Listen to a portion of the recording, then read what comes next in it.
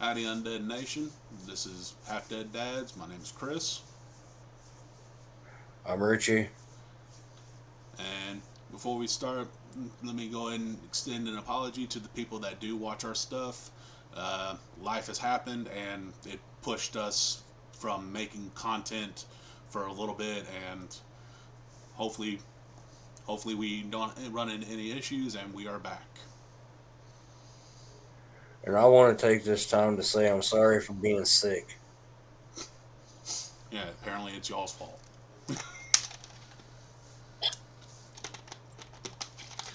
All right. Just proof that I'm only half dead, not really dead. All right.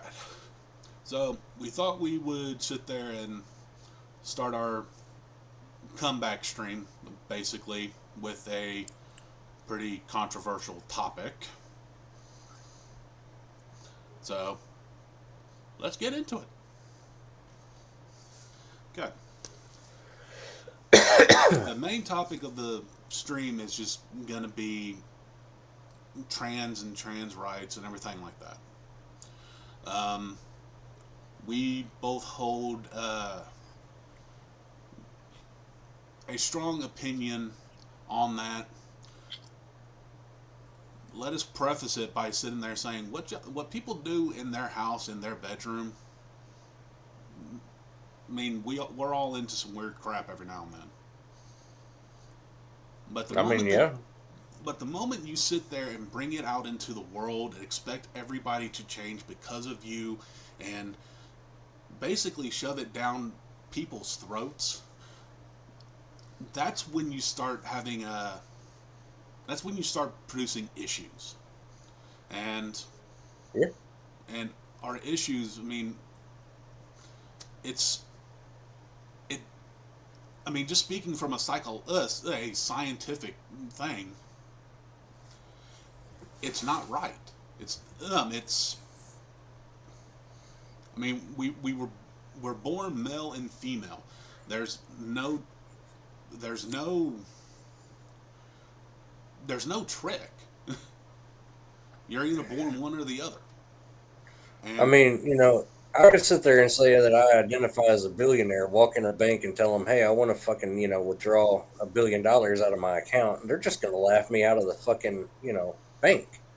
mm, I mean, if you're gonna sit there and say that no matter what you can label something as different, then if you go off of feelings and crap like that, you're it's not truth. It's not logical. It doesn't fit into um, it doesn't fit into normal situations.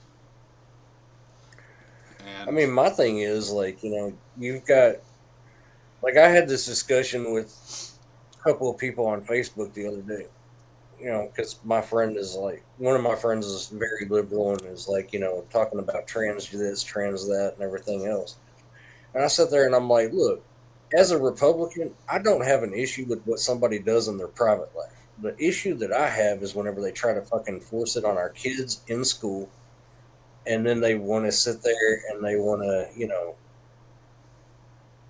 you got fucking biological males that are going into, women's sports because they can't hack it as a man. So they go down and fucking face, hate to say it, lesser competition just so that other way they can win, make a name for themselves.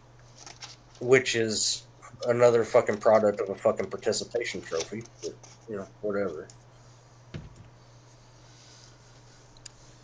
But I mean, and that's how bad situations happen. I mean, um, we I mean, it's you're allowing somebody that was born the biological male or biological female, and when they sit there and switch, then then you're allowing that to. I mean, just going into the bathroom and ideology, the bathroom itself. That that's not right. Uh, I mean that in my eyes, that's how bad situations happen. is by introducing stuff like You this. know, I've got two daughters, and whenever they were little and everything else, like, you know, I would take them in the bathroom with me so that way they could go to the bathroom and all that stuff. But I would stand right there in the stall, like making sure that nobody's coming through that stall door Mhm. because I'll be damned. I, But, like, you know, whenever they started getting older and started going to the bathroom and everything else, like I would stand outside the fucking bathroom to make sure that no fucking male or a fucking female pretending to be, or a male pretending to be a fucking female went in there while my kids were in there. yeah, I mean it. I mean it doesn't. It doesn't make any sense in my. It doesn't make any sense in my eyes. I mean, maybe, maybe I'm just. Maybe we're just in a born in different mindsets because I don't remember this being such a problem when we were kids. No. And then almost I and then mean, you had drag queens. I mean, hell, Patrick Swayze dressed in drag. You know what I mean? From Wing Fu or whatever that movie was. So I mean, you had, you know, or you had men dressing in drag at that point and everything else. Whatever you want to do in your own private life, that's fine. Just don't shove it down our throats. Don't shove it down the kids' throats. yeah, because I mean kids are going to be confused enough as it is. I mean I remember growing up and everything like that. I was uh, as soon as hormones started, the hormones started hitting me and affecting me and everything like that. I mean it's already confusing enough as it is. Then you sit there Right? and have your And parents then, or a teacher or somebody sit there and say, well, if you're feeling weird, this is wrong. You should be feeling like this. No, that's not how it works. You yeah. can't go off of feelings. Well, see, I sat there and I had this discussion, like I said on Facebook the other day, and you know, kids are not allowed to drive until they're 16. They're not allowed to enlist in the military until they're, you know, 17 with the parents' consent and 18, you know, without consent. They're not allowed to buy tobacco and cigarettes or alcohol, you know, until they're 21. So why are we allowing fucking kids to fucking be saying, "Oh, well, I want to have this gender reaffirming surgery. I want to cut my parts off and become something else whenever they're 13 years old." Mm-hmm. No, screw that. Like, look, I get being confused and everything else. I do. I mean, shit. Most kids, whenever they're growing up, they change fucking. You know, I want to be this to I want to be this. Like fucking 2 minutes later. You know what I mean? Kids are already confused enough because they're having to navigate that shit and growing up and not knowing everything and all that shit. Like they're learning. And if you're shoving it down their throat, you're basically, you know, teaching them, hey, it's okay to, you know, this, and this. No. And if that to me, if a kid comes to a parent and says, hey, I think I was born wrong. I think I should be, you know, a girl or whatever. That's a conversation that they should have with their parents, not a fucking teacher at school. No, you got that right. I mean, they should. They really shouldn't. I mean, it. I mean, if I mean, looking at it like that, you've it's at that point you need to sit there and put them in some type of therapy because obviously something's going on in their head. I mean, Yeah, or the or the parents just, I mean, I hate to say it like it, but I mean, or the parents just aren't listening and not doing their job and saying, "Hey, look, when I was a kid, I went through the same thing. I sat there and I questioned what was happening with my body, what was going to happen with the end result. I mean, everything's going up in the air, and then I mean, just if somebody sat there and brought up to me as a kid that, hey, well, if you don't like the way that your body's going, change it. No, no, that don't make any no, sense. I mean, I mean, I don't even want to get too much into the religious side of it, but I mean, And look at it like that. You're essentially sitting there saying that God, that God, our ultimate creator, creating you in His own image, made a mistake. Right? That that holds no that holds that doesn't make any lick of sense. You're sitting there saying that the ultimate creator, regardless of what religion you believe in, you were created among in somebody's image, and your personal God, you're sitting there saying made the wrong choice when they made you. I mean, Right. that makes no sense in And a I'm sorry, religious but standpoint. like regardless of your religion, if you base it on that and everything else, like saying that your God made a mistake and all that shit, even Satanists or satanic people, if they sit there and they say, that you know our God Satan fucking like sat there and created us wrong and everything else, why would you even have a religion?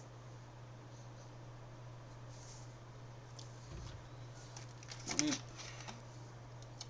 I guess in the end, I don't understand.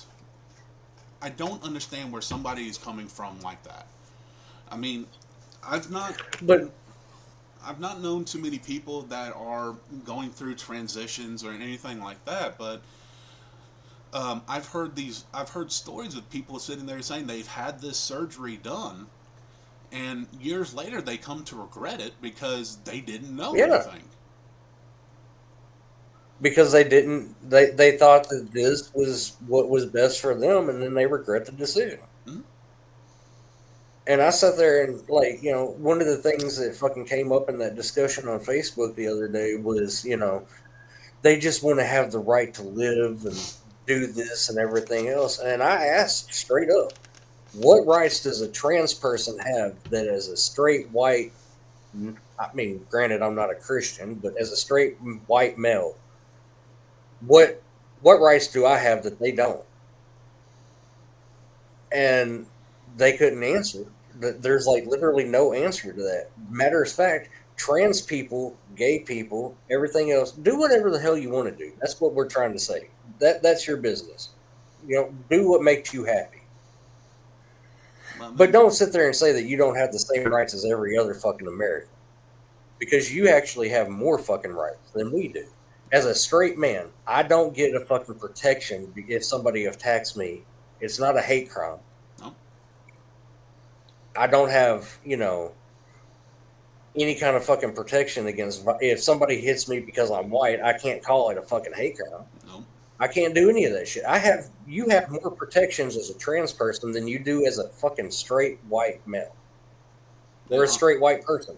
I mean, I'm probably gonna keep that the one comment that I had to myself for a little bit. Because I mean, actually, I'll go ahead and voice it. I mean, honestly, it seems like the more oppressed class of anything is a straight white male. Hmm? I mean, look at it this way: if we look at it as just that, like just based on rights and everything else, all minorities like the trans community, gay community, African Americans, all that good stuff. Or I'm sorry, black people, because you're a fucking American. You're not an African American. But all minorities have more protections than a white person does. I mean, hell, HBCUs, historically black and colored colleges. You know what I mean? Colleges and universities. Yeah, I've heard about them. You get scholarships for being black. I don't get a scholarship for being white. You've got all black schools. I don't have a fucking if we wanted an all white school, guess what? We're all fucking racist. Yeah, can't do it. But I mean, it does. We're not sitting there saying anything about um, diminishing rights of everybody else or anything like that. I mean, we're just sitting there pointing out the No. fact that there's a lot of inconsistencies that just doesn't make sense into a normal logical reason. It's a double standard. Yeah, we know how you feel about those. There's no fucking place in a fucking civilized society for double standards. Mm-mm. If you're gonna treat one fucking class of people one way, then you should fucking treat everybody that way. Yeah. I mean, that's where equality comes in. There you go, feminist. I mean, they fucking want to fucking sit there and say, we just want to be included. Motherfucker, you are included. You have the exact same rights as everybody else. You get to do whatever the fuck you want to do in America. Period. Go to a fucking Muslim country and fucking try that shit. Tell me what happened. It's not just Muslim countries, dude. Go. I mean, go anywhere. I mean, there was. I mean, there's people that have went down to South America that were trans and they were um, sitting there expecting the same rights that they had, and they were sorely mistaken. Yeah. But I'm sitting here like, you have more rights in America than you do anywhere else in the world. And you sit there and you bitch and complain about it.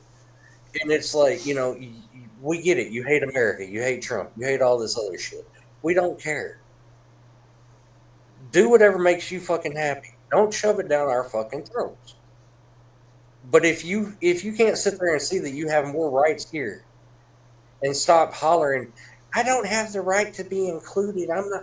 I'm being treated unfairly and all this other shit. Go to another fucking country and try that shit. See what happens. Mm-hmm. But here's the thing: once you leave America, you say you're done with America. You're never coming back because you want to go live your life as a trans, whatever the fucking case may be, or not even trans, just in general. Because I don't have the same rights that this person does, and all this other shit. Go live in another fucking country. But once you leave America, you can fucking lose all your rights to come back. Now you're stuck. Yeah. I'm not. I'm not. I'm not too far off on that idea. And now you have to fucking conform to them and their rules and what they want you to be.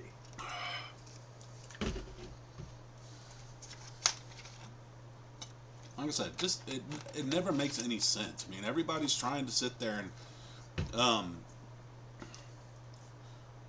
create a. I mean, they're trying to create. In my eyes, they're trying to create some type of division. I mean, honestly, I could probably throw out a conspiracy theories like everybody that sits there and says that they are born a male and then they transition before they're 18. Maybe they're trying to dodge the draft. I mean, there's one thing you can throw as a conspiracy. I mean, yeah. Actually, that does bring up a question.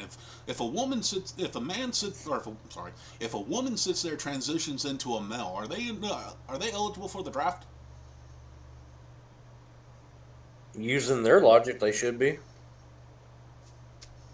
I actually just thought about that. I was like, that does that? I mean, that there's logic for you. I mean, that's I mean, if they're transitioning before they turn 18 and everything else, once they turn 18, if they are a male and they identify as a male, they should have to sign up for the draft. Absolutely.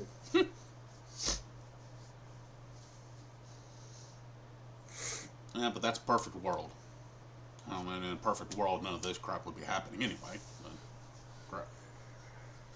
I mean, like I said, I mean, it's not that we're trying to take rights away from anybody or, say that they're not people and shit. They're people.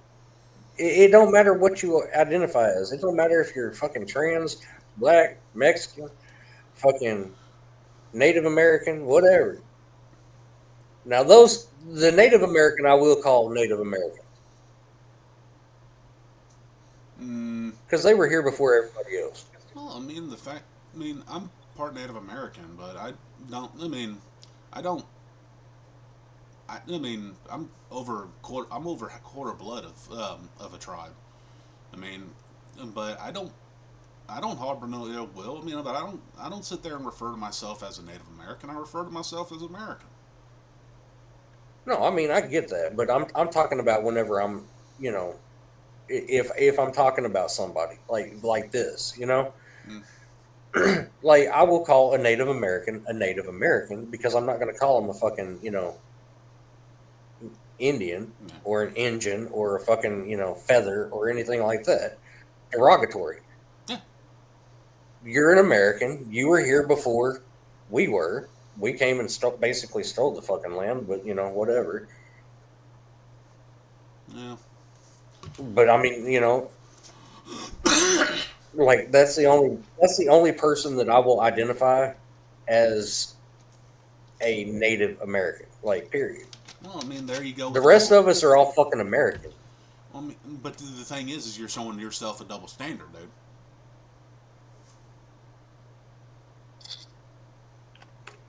Okay, well, now that you put it that way, we're all fucking Americans. I mean, we've had this discussion. We are all fucking Americans. Fuck the identity politics, all that shit. Yeah. So I mean, you like we said, you can't sit there and say one thing about one class and then not say the same thing about another class. So I mean, like you said, you were about to sit there and put yourself in a double standard yourself because you were going to sit there and identify Native American as a Native American instead of just an American. And this comes back to the fucking friendship thing, also. Like, you and I, we've been friends for 27 years and everything else. Almost 28. So it's like, I expect you, if you see me fucking headed down this fucking road, you're going to fucking call me out on it. And I'm going to fucking sit there and be like, oh, yeah, what? Well, he's right. I'm not going to get pissed off about it. Yeah. If you get pissed off with me sitting there calling you out on anything, you should have gotten pissed off a long, long, long time ago. Yeah. So I mean, it's just, I mean, going. I guess just as soon as no, I mean, as soon as you start shoving it down our throats and everything like that, you're going to start losing people because you're giving them. Essentially, you're sitting there saying that abandon logic and reason and science and religion and everything like that, and just go off of a feeling. I mean, if that's all that race is and sexuality and everything like if everything goes off of a feeling, then why are we labeling anything anyway? I I mean, feel like a fucking, like, I'm 42 years old. I feel like a fucking 95-year-old man most days. So by that logic, I should be getting a fucking senior discount. that's a new one. But I mean, you can't sit there and. I mean, that's probably one of my main issues with it is because of the fact that if you're going off of your feelings of anything, then why in the world, why label it? Because I might feel like this today, I might feel like that tomorrow. I mean, Yeah. that's why I don't understand people sitting there saying like, "Well, I want to be happy." Happiness is a passing feeling.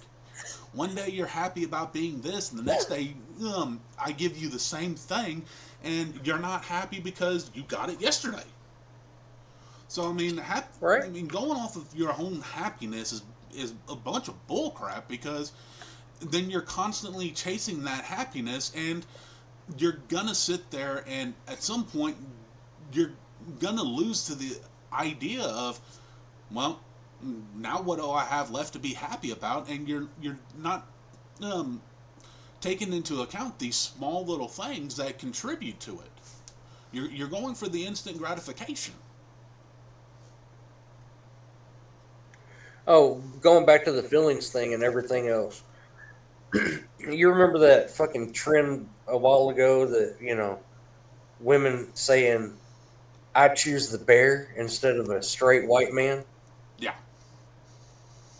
Well, I mean, it wasn't just straight white man. It was just either man or bear. And I Yeah. mean, everybody's sitting there. All these women sitting there saying bear because oh they've been SA'd in the past, and I mean I'm not going to deny the fact SA is horrible. I mean it's a travesty. Oh, no, I'm Honestly, not anybody going that sits there and SA's a woman, I mean, should be put in jail. In my point, but the thing is, I mean, even that is based off of feelings, because I guarantee you, if I sit there and me personally, if I catcall a woman, they'll sit there and say that they were assaulted. But if I was, a good-looking billionaire or even a millionaire, even good, but the key point is good-looking, and then I catcall, they're not going to sit there and think that they've been essayed. They're going to sit there and be like, "Ooh, somebody likes me." So I mean, Hmm. it's once again, it goes off of feelings, which is bullcrap. That's why glossaries and the law sit there and dictate what counts as this. Yeah. No, I get what you're saying. But I mean, like going back to the Facebook thing, somebody said that they would rather be stuck in a elevator with trans people, like trans men and women and everything else, than a conservative white male. And I'm sitting here like, why? But have you noticed, like going back to the bear thing, have you noticed that most women who said that they would choose the bear are liberal women? It seems like that. I mean, I'm sure that there's probably one or two conservative women that sit there and say that they'd rather choose the bear, but I mean, they're probably got something in their head. I mean, the whole point of the fact of anything is survival. I mean, you sit there and choose risk over Yeah. over anything because of your own survival instinct. But I mean, I guess that sits there and says is ask you a question. I mean, and you can throw statistics out for the man versus bear thing of the fact that there are maybe less than 100 bear attacks a year. Okay, but they don't sit there and take into the fact that you can't put that number in with it because I don't know about you, but I've never ran across a bear. I don't know if you have. No. I mean, I No. mean, with how many hikes through the woods we've went through with military and just being kids, we probably should have seen one. Probably should have, but I mean, even living where I live, I don't see bears. But I mean, you have to take into the fact it's got to count in with um, who is around bears all the time. I mean, um, that's why some the circus performers that worked with bears, worked with lions, and crap like that. I mean, what? They were around hundreds and thousands of Mhm. males. No, I guarantee you nobody messed with them. Then you sit there, put them in a cage with an animal. I give you maybe 3 weeks before there's an incident of a man being attacked, or even a woman being Mhm. attacked if they went into a cage with a bear. It's got Well, to do see, with my thing proximity. is, like, it's mainly the women who have an issue with men that choose the bear. It don't matter if the guy protector, sits there and does this, this, and this for that person. They're going to choose the bear over that man that's fucking doing this to protect them and everything else because they're now, for whatever reason, society has made them afraid that all men are only wanting one thing and all this other shit. Going back off statistics though, when I went, I saw a couple of those videos of women choosing the bear, and then somebody got smart and asked them, was like, "Well, I got a question. What is the population, or how many people do you think would? What is the percentage of man do you think would do this?" Some of those some of those percentages got really high. I mean, I'm not talking like 30% or anything like that. There was a couple women that said 70s and 80s. Yeah.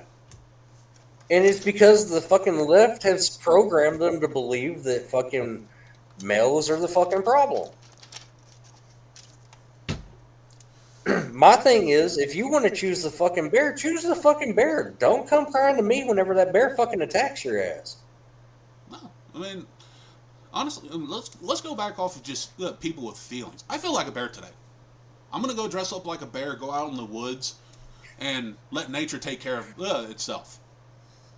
Um, send me those liberal women. Send them out to me. Me and my fellow bears. Everybody else that says that they are a bear today. I mean, it's just I mean, that's where there's illogical with the feelings. I mean, that's why you've got these people that also, I mean, what they refer to as furries, I think, that sit there and say that say that they're a cat or they're a dog.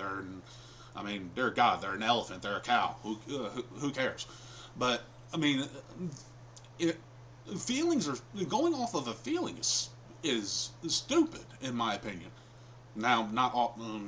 Let me rephrase that because I mean instincts are feelings and everything like that. And I mean, you, and anybody else that's been raised have sat there and said, you listen to your instincts. So I guess I'll have to No, sit I there and mean, change that. there's a time and a place for basing your actions on feelings, but at the same time, there's a time and a place for your fucking actually think logically. No. I mean, worst case scenario, I'm somewhere with my fiance, and somebody walks in and everything else with a gun. That's a time to act on your feelings and your instinct and everything else. Like, okay, no, fuck this. This ain't happening today. But at the same time, I still have to be logical about it, Mm, because if I get killed, then what good am I to anybody else? yeah.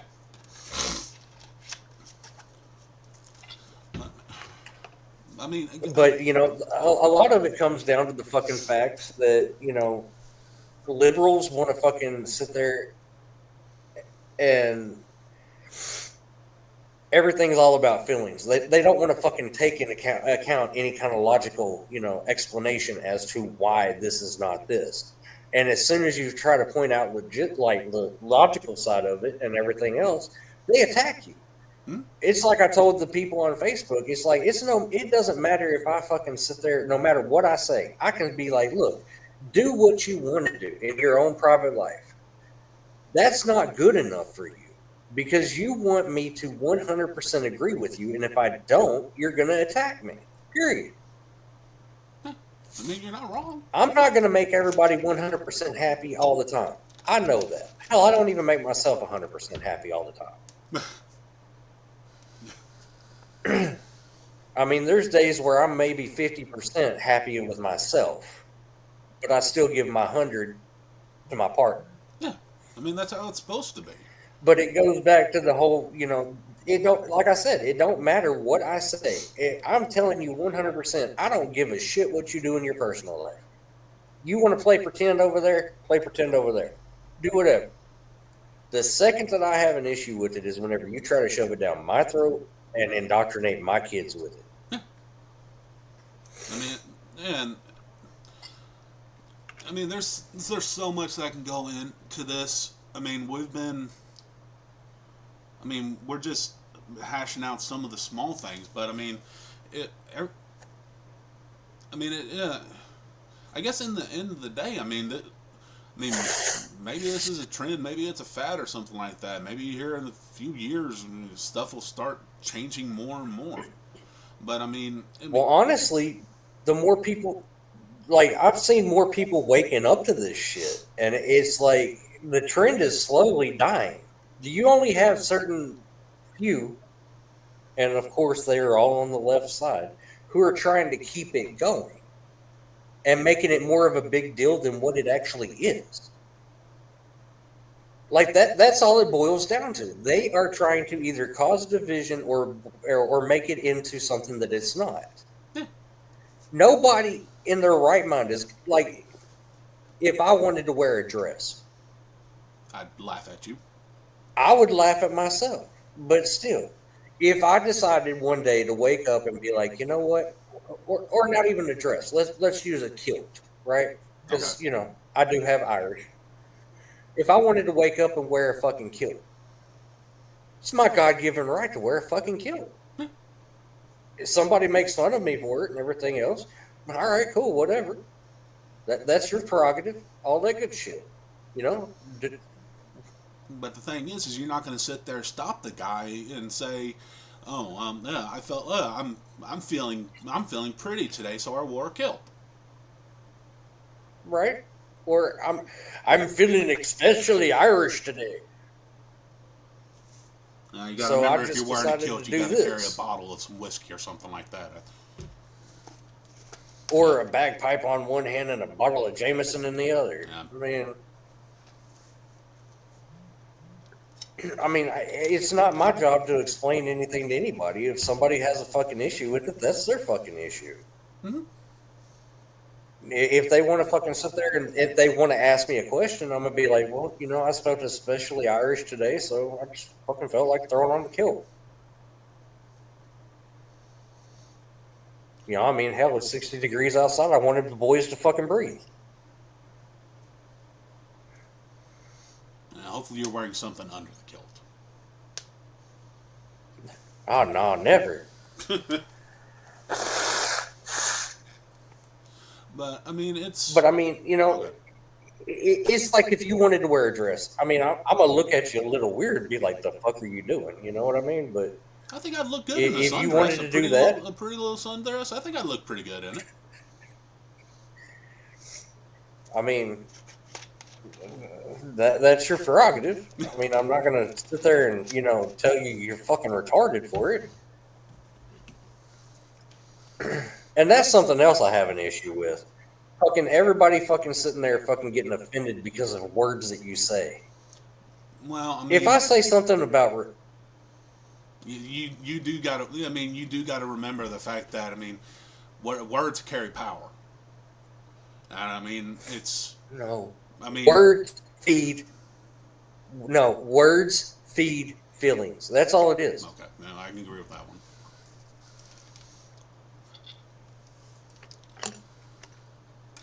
But if I fucking somebody said something the other day about if you're still using the R word in 2025, there's something wrong with you.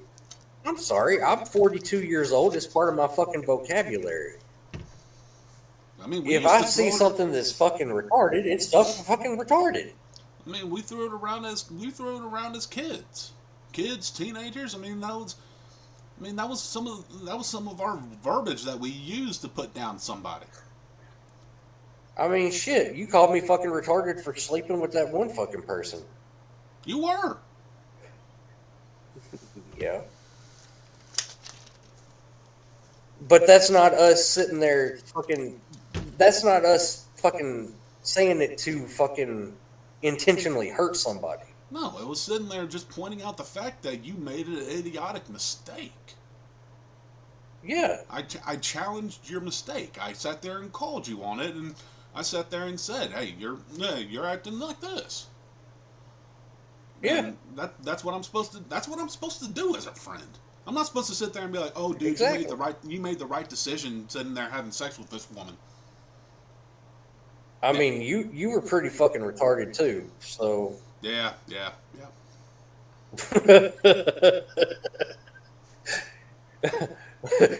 Yeah, I know. Twice. Because the first time wasn't enough. No. That was pretty retarded on that one. But live and learn, right? But that's the point. It's just, it's just living and learning. What was it? Somebody made a quote about the fact that if you're not living, you're dying. If you're not learning, you're dying. Yeah.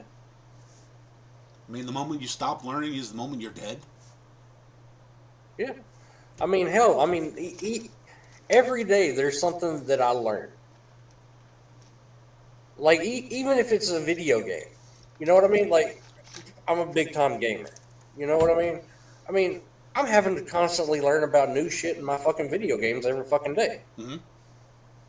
Like, oh, wow, I didn't know I could do that. Holy shit. This button did this. Oh, crap. Or, like, even in a relationship, if you don't learn something about your partner, like, new every day, like, something, that relationship's dead. Yeah. It's a constant thing. that's another thing, just going off of relationships that most people don't understand now. There's a reason that when you take vows, that they say good and bad, rich and poor, sickness and health. Yeah. They want you to realize the fact that there's gonna be bad times. That's why you sit there and stick it out. But as soon as you start getting in your feelings and sitting there thinking that the grass is greener on the other side, you slowly find out that no, it's not. Well, you know what? If you think that the grass is greener on the other side and everything else, how about you fucking water your own grass and take care of your own grass and let it be green? I mean, that's why when I'm dating and anything like that, I sit there and tell people, it's like, look, I'm not gonna lie to you. There are days where you're gonna hate me. There are days that you're gonna like me, Yeah. but I'm not gonna sit there and get rid of you because of the fact that I don't like you. I mean, dear God, you've made mistakes. I didn't like you for a little bit, but I didn't. Obviously, we're still friends. Yeah. I mean, there's been days where you've, said something that kind of irritated the shit out of me, and it's just like, all right, cool. I mean, it is what it is. I'm not going to fucking sit there. And I think, so now we're going to get on the relationship topic. I mean, sorry guys, we're all over the fucking place because, we haven't done any videos. So, but I mean, like relationship wise and everything else, like I would love to see the percentage of women who get unhappy with their partner because their partner's having a bad day, that fucking sit there and fucking say, this is why I don't want to be with this person anymore. Why I would love to see the percentage of women who fucking sit there and their partner's having a bad day who decide to file for divorce because they're, instead of being there for their partner, Oh, dude, that's their why. immediate response is let's divorce. Well, that's we've already got those statistics, man. I mean, women sit there and do what, about 80% of the divorces nowadays, and it's higher if they're educated.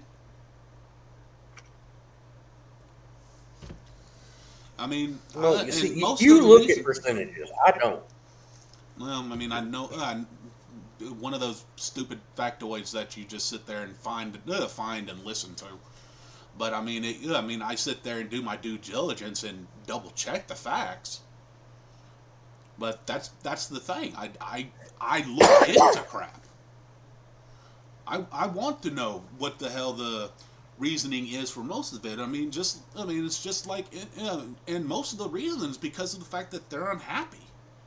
It's not because of abuse. It's not because of any of the abuses. It's not because of that. It's not because of the fact that the husband cheated or the wife cheated. It's because of the unhappiness. Happiness is subjective. Yeah, it is. Like I said, it's a fleeting Like feeling. that's all it boils down to. Happiness is subjective. But I mean, My happiness completely different than yours.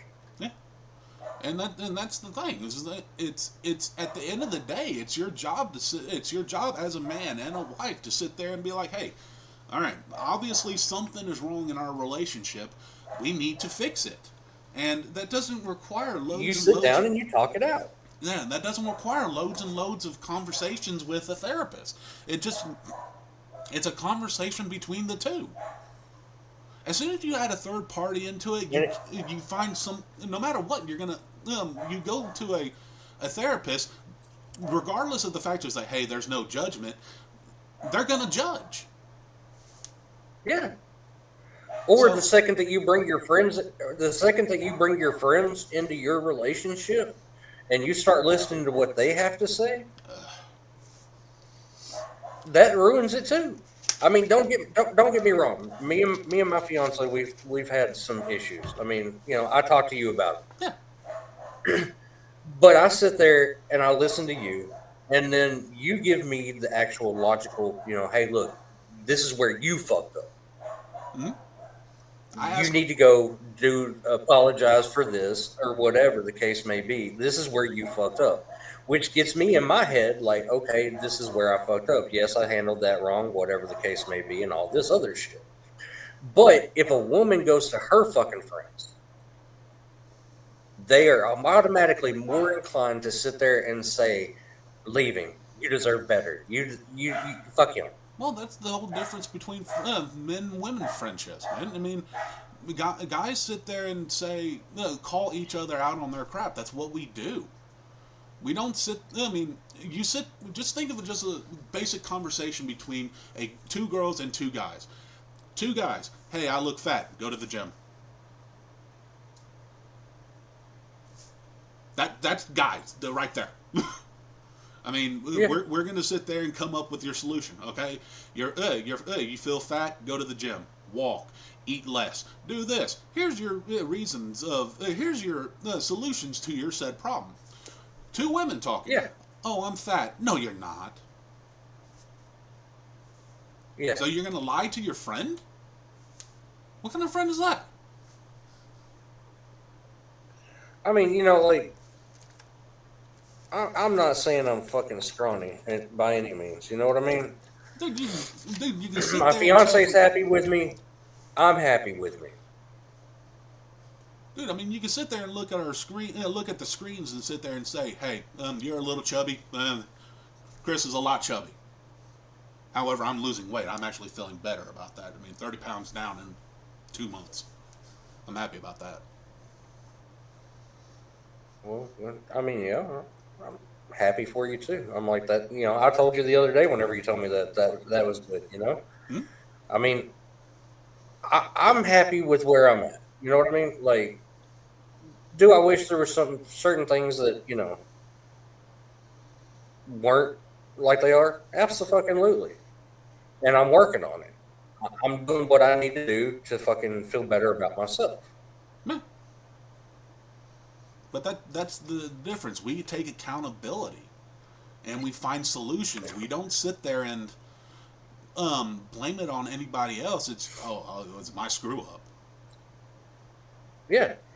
No, like like I said, whenever mine and my fiance's issues had started in September, and I didn't bring you into it until February. Yeah, that's true. So I sat there and I was putting in the work and everything else. Like I looked and I saw what I did wrong and where I fucked up, and I took accountability for that, apologized for it, and fucking sat there and put in the fucking shadow work in order to better myself. I mean, I've always had a temper, you know that. Yeah. I've never hit a woman, I've never done shit. Do I have a fucking tendency to say shit that I don't fucking mean whenever I'm fucking pissed off? Absolutely, I do.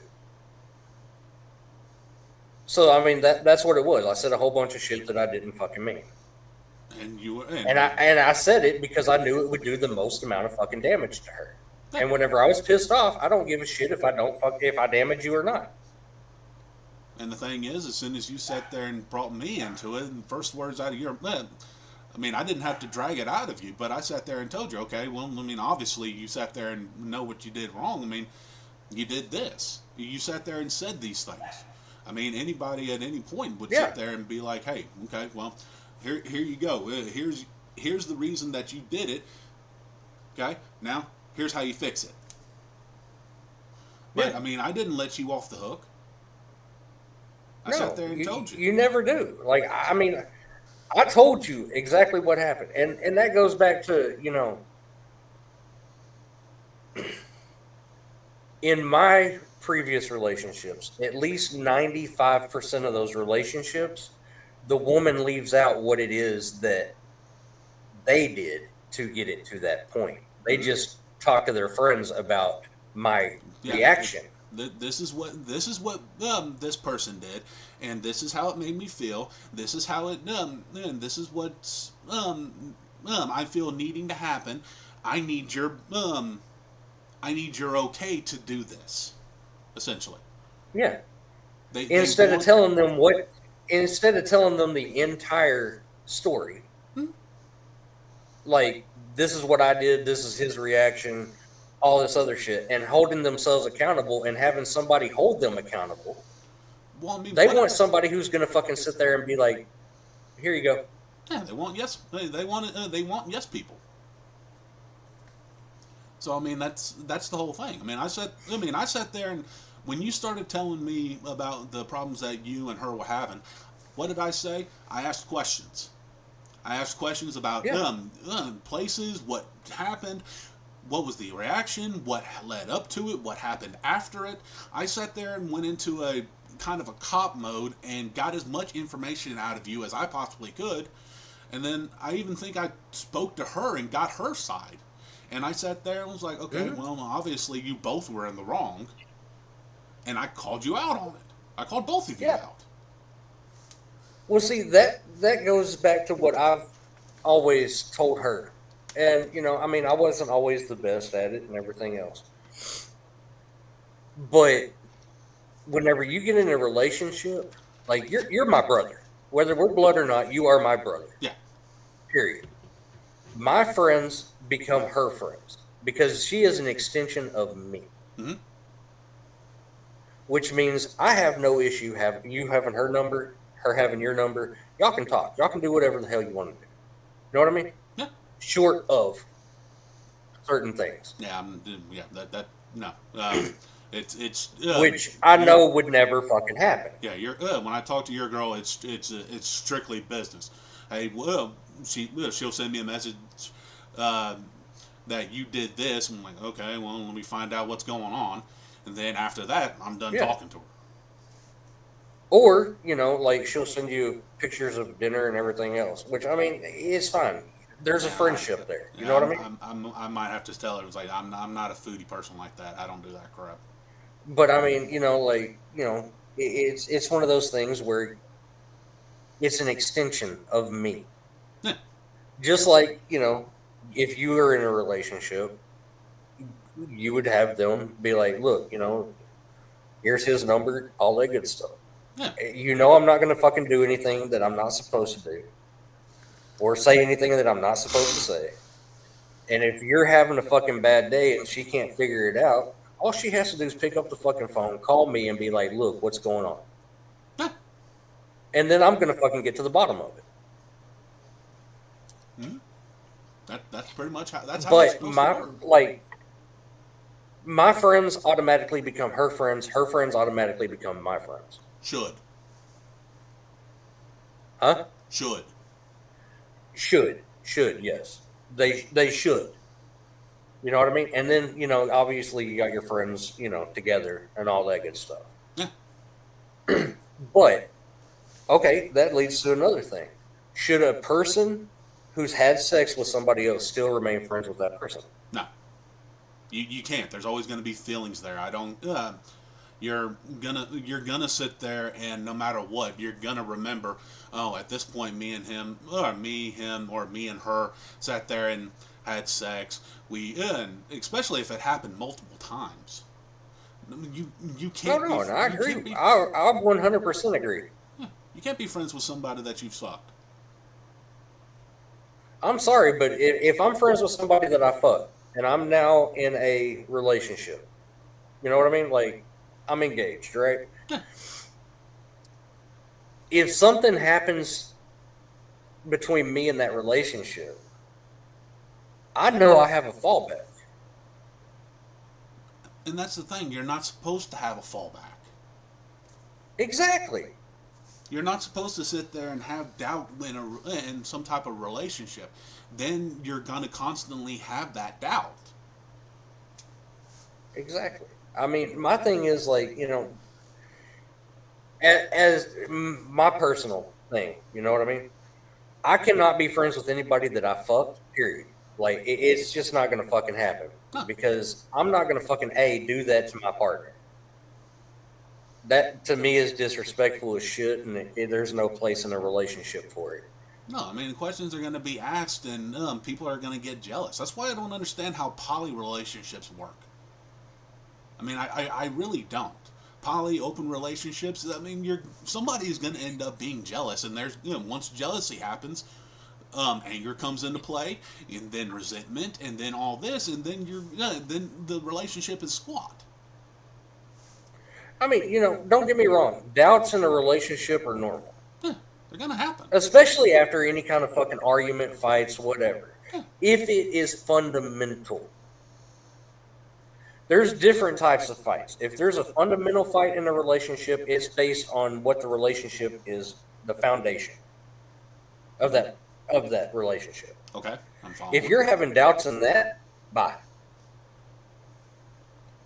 You know what I mean? Like there should be no doubts on what you want the foundation of your relationship to be. Yeah, you're right. I mean, they really shouldn't.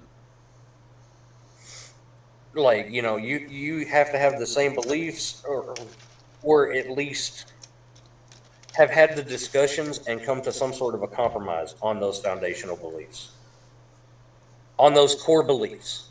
Yeah, the foundation.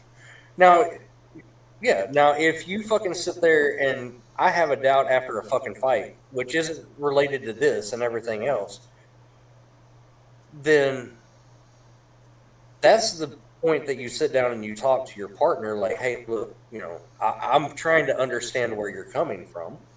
Please explain it to me. And this is where I'm coming from. And you listen to hear, not to react. Well, that's why you got 2 ears and 1 mouth, so you can do twice as much listening as you do talk. Yeah. But I mean, you sit down and you work your differences out. And that's what I don't understand about relationships today. Everybody, the second that the fucking bad times kick in, fuck this, I'm done. Nah, fuck that. The way I was raised, it don't matter if your partner's at 20% that day. You pick up the fucking slack. Yeah, you pick up that 80. Now, if you continue to pick up that 80 every day for 60, 70, let's say for a month straight, then you sit there and be like, okay, something's going on. What the hell is wrong with you? Right. No, that's whenever you, like, I can sit there and I can pick up on if something's wrong with her because we've been together for, the length of time that y'all been in. Yeah, but I mean, we've been together for years. So I can tell when something's wrong or something is off with her. And she can tell if something's off with me. That's whenever we sit down and we're like, hey, what's going on? And you might not want to talk about it and everything else, but if you bury it, it's just going to fucking cause more problems. So you just get it out in the fucking open. Like, okay, so if I'm feeling a certain type of way because, my PTSD's fucked up or whatever, and I'm just fucking to myself, quiet and everything else, all I simply have to say is I'm in my head, I'm dealing with this, and she knows, hey, okay, I need to be here for him any way I can, even if that means giving him space to play his Xbox or to calm down or, whatever the case may be. Yeah. Or, like she's got a chronic illness, so I can tell if something's wrong with her and all this other stuff. Mm-hmm.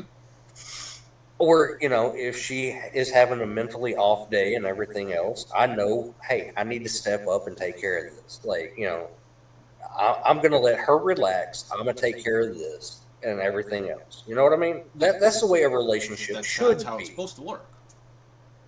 But you don't sit there and fucking, just because she's having a bad day, say, oh, fuck this, I'm done. You can't expect a person to be fucking cheery all the fucking time. No. I mean, it's just like when you go to work and everything, you're going to have bad days. I mean, do you think that your bad day warrants you to get fired on that day? No. You sit down and you fucking, like, if I have a bad day at work or she has a bad day at work, we don't bring it home. No. Once we get to that fucking door, it stays outside. Hmm?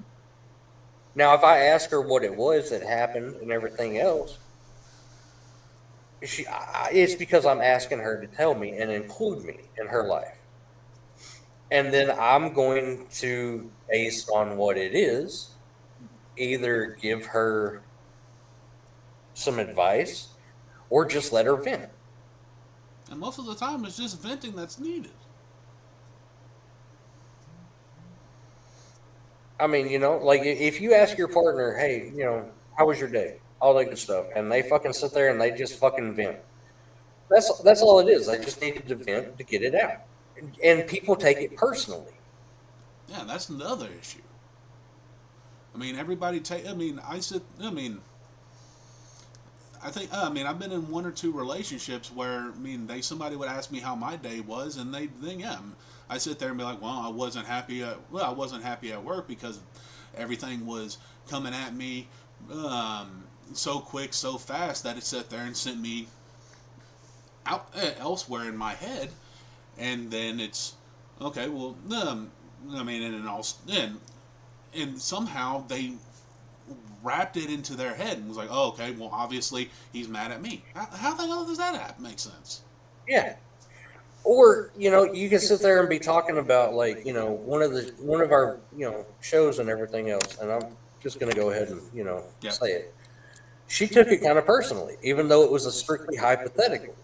And that's like, and I don't understand, like, if you say something, I'm not gonna take it personally. I'm gonna be like, okay, well, look at this logically. You know what I mean? Mm-hmm. Which, I mean, I guess is the difference between men and women. Honestly, I mean, we look at things logically, like, okay, this is why he's this and this, all that shit. Women base their reactions on feelings. But to me, if a strictly hypothetical that we're talking about in a video that can help somebody else who's going through shit that we went through is making somebody feel a certain way, then they need to fucking figure out why it is that they're feeling a certain way and feeling personally attacked about it. Well, you know as well as I do, most people, when they sit there and you pose a hypothetical to somebody and they get upset, they get mad, most of the time, let's go ahead and say about 75% of the time, when they take it as an attack, that means they did something wrong. That falls in line with that hypothetical. Oh no, like if you posed a hypothetical question to me and everything else, and I feel fucking personally attacked about it and everything else, I need to reevaluate myself. Hmm? Because if I'm feeling personally attacked, then obviously Something I'm doing true. something that I shouldn't be doing. Yeah, something rings true.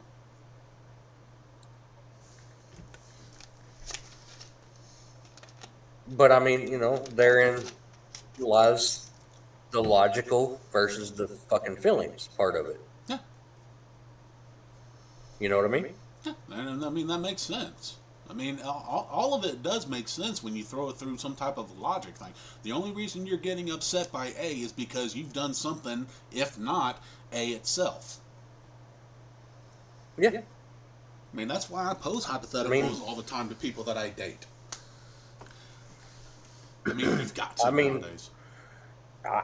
I mean, I sat there and I posed a hypothetical to you about, the can you be friends with somebody that you've even been in a relationship with before?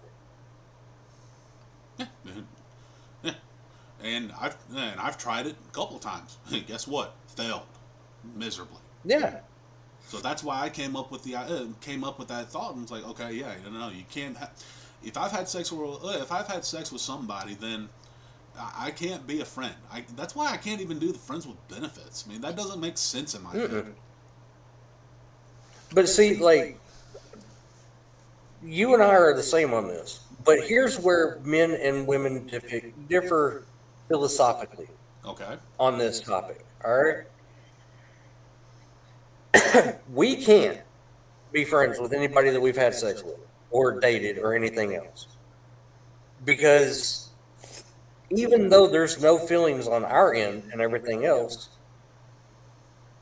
I'm still not going to do that to the next person. Yeah. You know what I mean? Yeah. Not going to do it. Now, women, if they sit there and they say, but he's just a friend, or we've been friends for, 20 years, he's like a brother, whatever, there may not be any fucking feelings there and everything else on your end. But that's not to say that this person that was your friend or is your friend that you've had previous relations with doesn't still have feelings for you. And the second that you're in a relationship and they express those feelings for you while you're in that relationship, that's cheating to me. It is. It's emotional cheating. And in my head, emotional cheating is worse than physical. There's been studies and stuff like that people have sat there and talked to males and females that have sat there and said that they openly cheated. And I mean, most guys don't. If we cheat physically, something different. That's all it is. We don't have any emotional ties to. We don't carry emotional ties to sex. In most cases, we don't sit there and have. We don't need to be emotional to have sex. Women need to be emotionally invested to sit there and let somebody have sex with them. So thus there's got to be emotions for women to have sex with somebody, and so thus those emotions are always going to be there. But like, the reason that I think it's cheating and shit is the fact that you are in a committed relationship with somebody else. Like, you know what I mean? Yeah. Like, say Stephanie over here is now dating David, but they've been friends with Josh for 20 plus years. They used to date and all this other shit. They had sex, they did all this other stuff. If she's still friends with him, then she's not 100% invested in this relationship to me. Yeah, not in my eyes. Because you're going to sit there and carry those feelings. I mean, that's why there's a term being used nowadays of women Frankensteining men. They sit there and pick. They pick the best attributes of past relationships and try to look for that in somebody else. And they're always going to be disappointed because nobody's ever going to sit there and hit every box. That's why if you sit there and ask a man, that's why if you ask a man, I'm going to give you the perfect woman, but she's going to have 80% of what you want. And there's going to be 20% that you don't want. Would you take it? Hypothetically, if I wasn't already taken. No, if you weren't already taken, hypothetically, if I sat there and said, I've got a woman for you, but she checks, let's say you have 10 boxes that a woman needs to check. I sit there and say she checks 8 of those boxes. Would you take it? What are the 2 boxes that she doesn't? Doesn't matter. But she checks the other 8. No, depending on, because my beliefs, it would depend on what 2 boxes were not checked, whether I would take her or not. Let's say not the biggest boxes, okay? Because we all have those. All right, somebody that's cheated in the past, 9 times out of 10 is going to cheat again. Okay, that's just statistics. That's why the statement "once a cheater, always a cheater" is going to happen. So let's assume that this person has never cheated, has no ties to it, has never used drugs, anything like that. Let's say that she's a bit argumentative, and that a bit argumentative, and so a bit bratty. Yeah, let's go with bratty. Okay, so she's a bit bratty most of the time, and let's just throw that she's 4'11". Yeah. Hypothetically, yeah. Okay, same with me. I would sit there and take 80%, then 100, because I've gotten over half of what I want.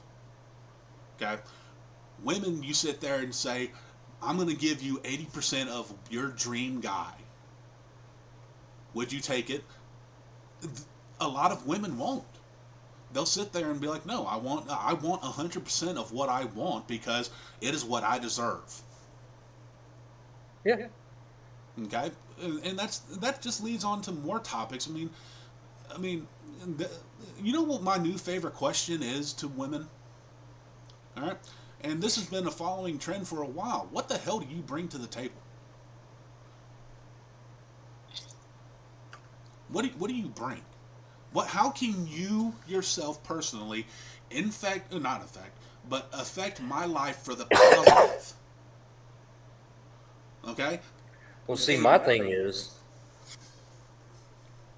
a woman's job is supposed to make her man's life easier, not harder.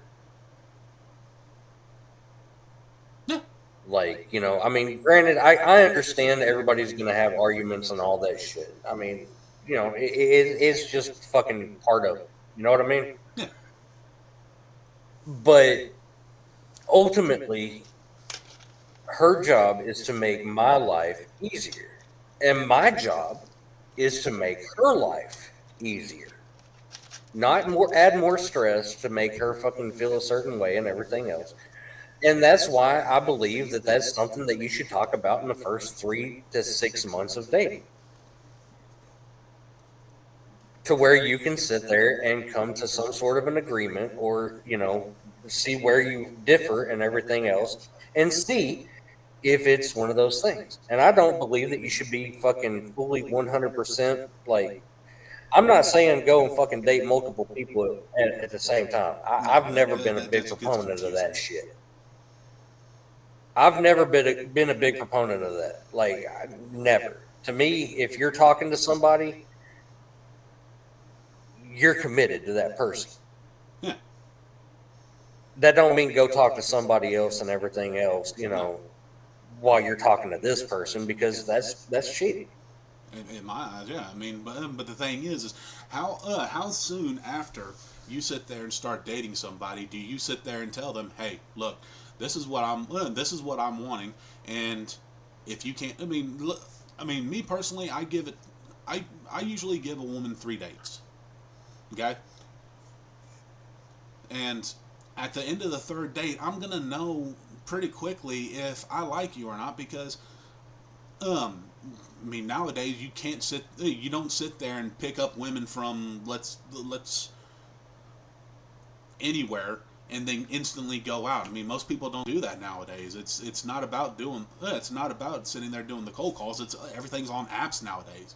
So you're gonna spend a good majority of the time talking to a person before you even go out on a date.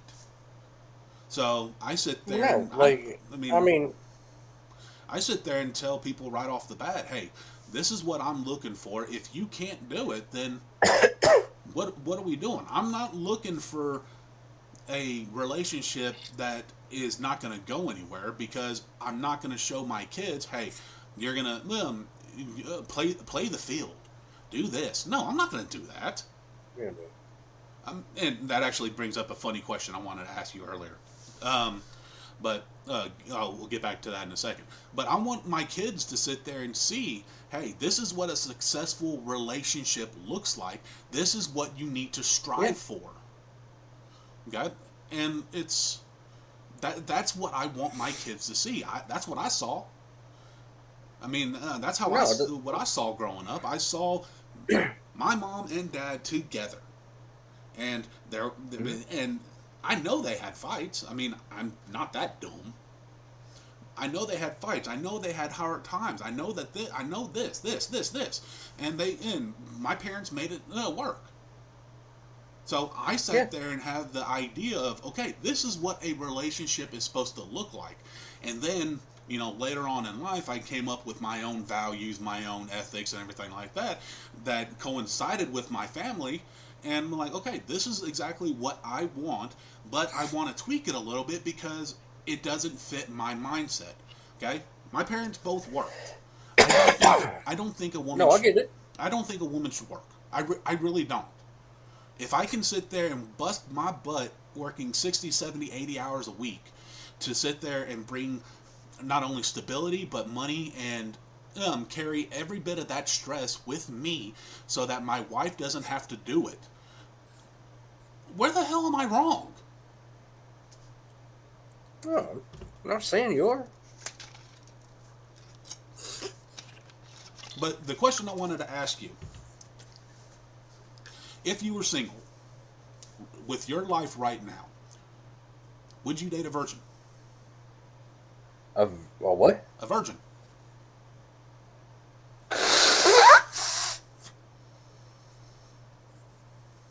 No. Yeah, I don't think so either.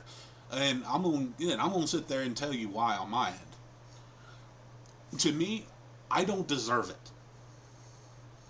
I've done so much crap in my life. I don't deserve somebody that pure. It's like finding a unicorn.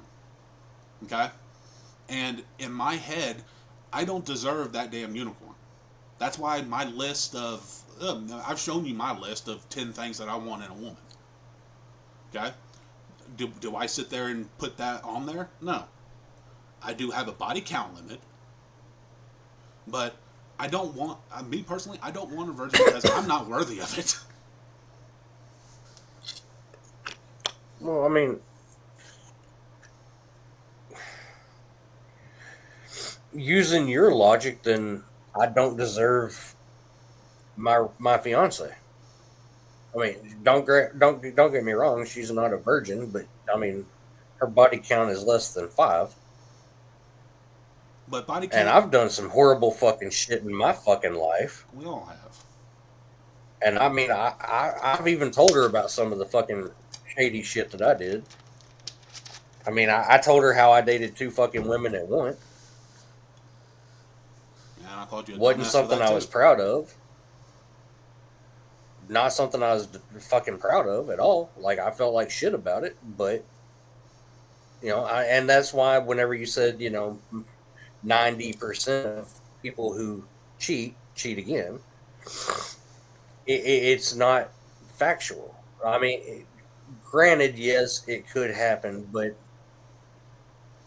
like looking back on it and shit, like even whenever I was doing it, I felt like shit for doing it.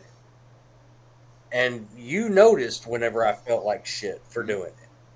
And you noticed the second that I said I cannot do this shit anymore.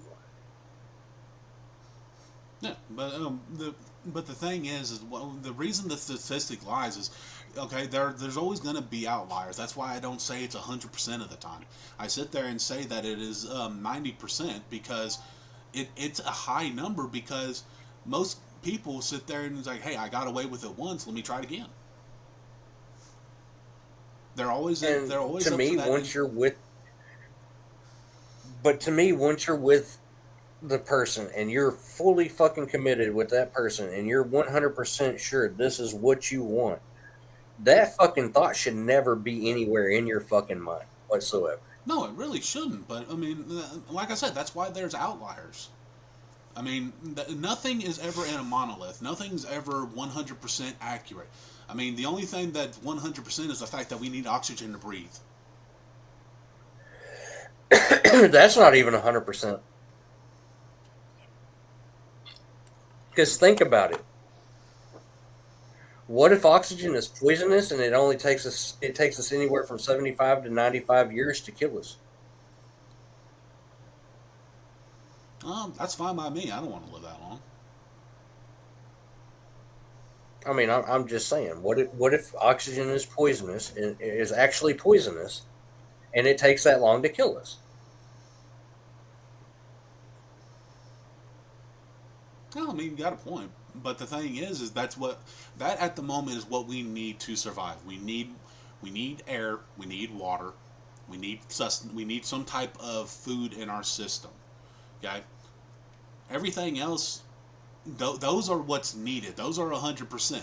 If you don't eat, you're gonna die. If you don't drink, you're gonna die. If you don't breathe, you're gonna die. I don't know about you, but I'm not a damn mermaid. I can't breathe underwater. No, So I no. mean, we still need those things. Those are the only constants in the world. Okay, you need those three things in order to just basically live. No, I get it. But I mean, like I don't know, like I'm not exactly proud of some of the shit that I did in my fucking past whenever it comes to relationships and everything else. So I mean, yeah, there's days where I fucking feel like I don't deserve her. And I mean, that's how it's gonna. And sometimes that's how it's gonna be. I mean, you're not gonna sit there and. I mean, do I think that I deserve having my kids, which are great, judging off of some of the actions that I've done in my past? No, I should have. I mean, I should have been dead 30 times over by now. But Yeah. I've been blessed to have um, I've been blessed to have my family, my kids. I've been blessed to have all that, and I try not to take that advantage of that. Well, see, there for the longest time, like, I mean, hell, we both should have been dead 30 times over. But, I mean, there for the longest time, I was in the mindset, what did I do to deserve to be here whenever, Yeah, you know, I got where you're going on that one. like, why am I still here? Like, there's the survivor's type Yeah, guilt. You know what I mean? it's survivor's guilt. And I mean, it's a constant struggle, even, like most of the time it's fine. But even, like whenever it fucking starts rearing its ugly head, it's fucking, it's tough because I'm sitting here trying to fucking find why I'm here. You know what I mean? You know, I've got a But don't get challenge. me wrong, I don't take it for granted. I don't, because I've got a beautiful fiance, I've got my kids, I've got all that shit. But there's still days where it's like, what did I do to deserve this? Well, I mean, maybe the calling is this website this site that we're doing, this talking, this podcast, whatever. I mean, maybe that's the reason that you're still around, because of the fact to push forward the messages that we try to push. I mean, our messages are all over the place. Well, especially this I mean, episode. we're gonna be doing fucking relationship advice and all this other stuff. So I mean, I'm not 100% saying that what worked for me is going to work for somebody else because, No, but the thing is we tell our stories, we give the advice that we possibly can, and in hopes of sitting there changing mindsets. I mean, and I don't think that we're changing mindsets for the worse, because I mean we're going off of we're I mean basically what we're going off of is the mindset of back in our time. It's yeah, and the studies show. I mean, back in the past, people were more happy. I mean, the way that we grew up. I mean, when we started growing up, that's when everything started going down. Yeah, I mean, yeah. relationships. You had marriages fell. You had kids getting more trouble. You had everything started going down, and we're trying to get back to where we were, and that's Mm. what we're trying to promote. We're not trying to promote bad things. I mean, it's just we're trying to promote Which, what we knew at the time was our norm, which is solid families. All right, it was which coincidentally is all conservative viewpoints. yeah. I mean, that's what we want to see. We don't want to see division. We don't want to see problems. We don't want to see any of this. We want to see happiness, and happiness strives in everybody being together. No, I get what you're saying, but I mean, I don't know. Like liberals want to push the division and everything else, and then conservatives want to bring everybody together and be like, "Look, if you want to fucking do this, do it over here." Hmm? But liberals want to be able to fucking make it mainstream and everything else, and it's like, why? I mean, do you want But to? I, Do you I want saw a quote the other day. what you got? It said, "I sat down with my grandpa, and he sat there and had made the comment, out of the blue one day, don't ever sit at a table where your wife and kids are not welcome, even if it's mine, because your family is to be protected and everything else. The family you create is to be protected and everything else at all costs, even if that means leaving your biological, like the family that you came from, behind." Yeah, I mean, Do you agree or not? family's always going to be there, but the whole point is to sit there and do is to create your own family. I mean, that brings up a question of something that I saw. Um, I'm going to give you three choices. All right, I want you to put them in order. Okay, you got your mother. Let's let's give you a good mother. Okay, if I had a good mother, If you had a good mother, all right. So a good mother, okay. a wife, and your kids. What is the order? The proper order. How is it supposed to fall? 1 through 3. Wife, kids, mother. That's how it's supposed to be. Okay? I mean, your wife is supposed to come first because that's who you're spending the rest of your life with. Your kids are second because of the fact that that is your legacy that you're raising. And then your mother is last because of the fact that that is who raised you, and it's your time to get out of the. It's your time to sit there and fly and create your own. Hmm. So I mean that's the correct No, hierarchy. like I mean, like I mean, so whenever my youngest did what she did and disrespected, my Mm-hmm. fiance and shit, I had no fucking problems cutting her out. Like I sat there and I told her, I was like, "Get the hell out of my house! Yeah, You're not going to disrespect my fucking wife to be. It's not going to happen. I don't care if you are my kid or not. You're not going to disrespect my wife to be. You can disrespect me all day. yeah, I'm gonna just look at you and be like, okay, whatever. But the second that you disrespect my wife to be, no. yeah. Was it a hard decision? Absolutely. Mm-hmm. But I did what was best. I mean, that is who I'm choosing to spend the rest of my life with. Yeah. And you're going to treat her with the respect that comes along with it. Mm-hmm. I mean that's So, I mean, we haven't talked and everything else, which I mean, it is what it is. But, you know, well, I felt like I made the right decision. and I mean in my eyes I think you did too. Um, I will sit there and say I think you need to try to break the ice if you haven't already, and I'm sure you already have. Oh, I have. It's just on her end, she doesn't want to sit there and have anything to do with me because she takes it as a personal attack because I chose my wife over her. Yeah, and I mean most people are going to sit there and take it as a personal attack because that's what they do. Which I mean it. I mean I can throw hypotheticals at you and everything like that, going off of relationships and kids and stuff and so on and so forth. Because I mean there's so many hypotheticals nowadays that you can give. Yeah.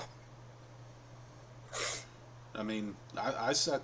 I mean, you know me. I've started watching a lot of YouTube shows and everything like that. And one of the hypotheticals that I sat there and heard was, and it got me really thinking. You know how I am about um,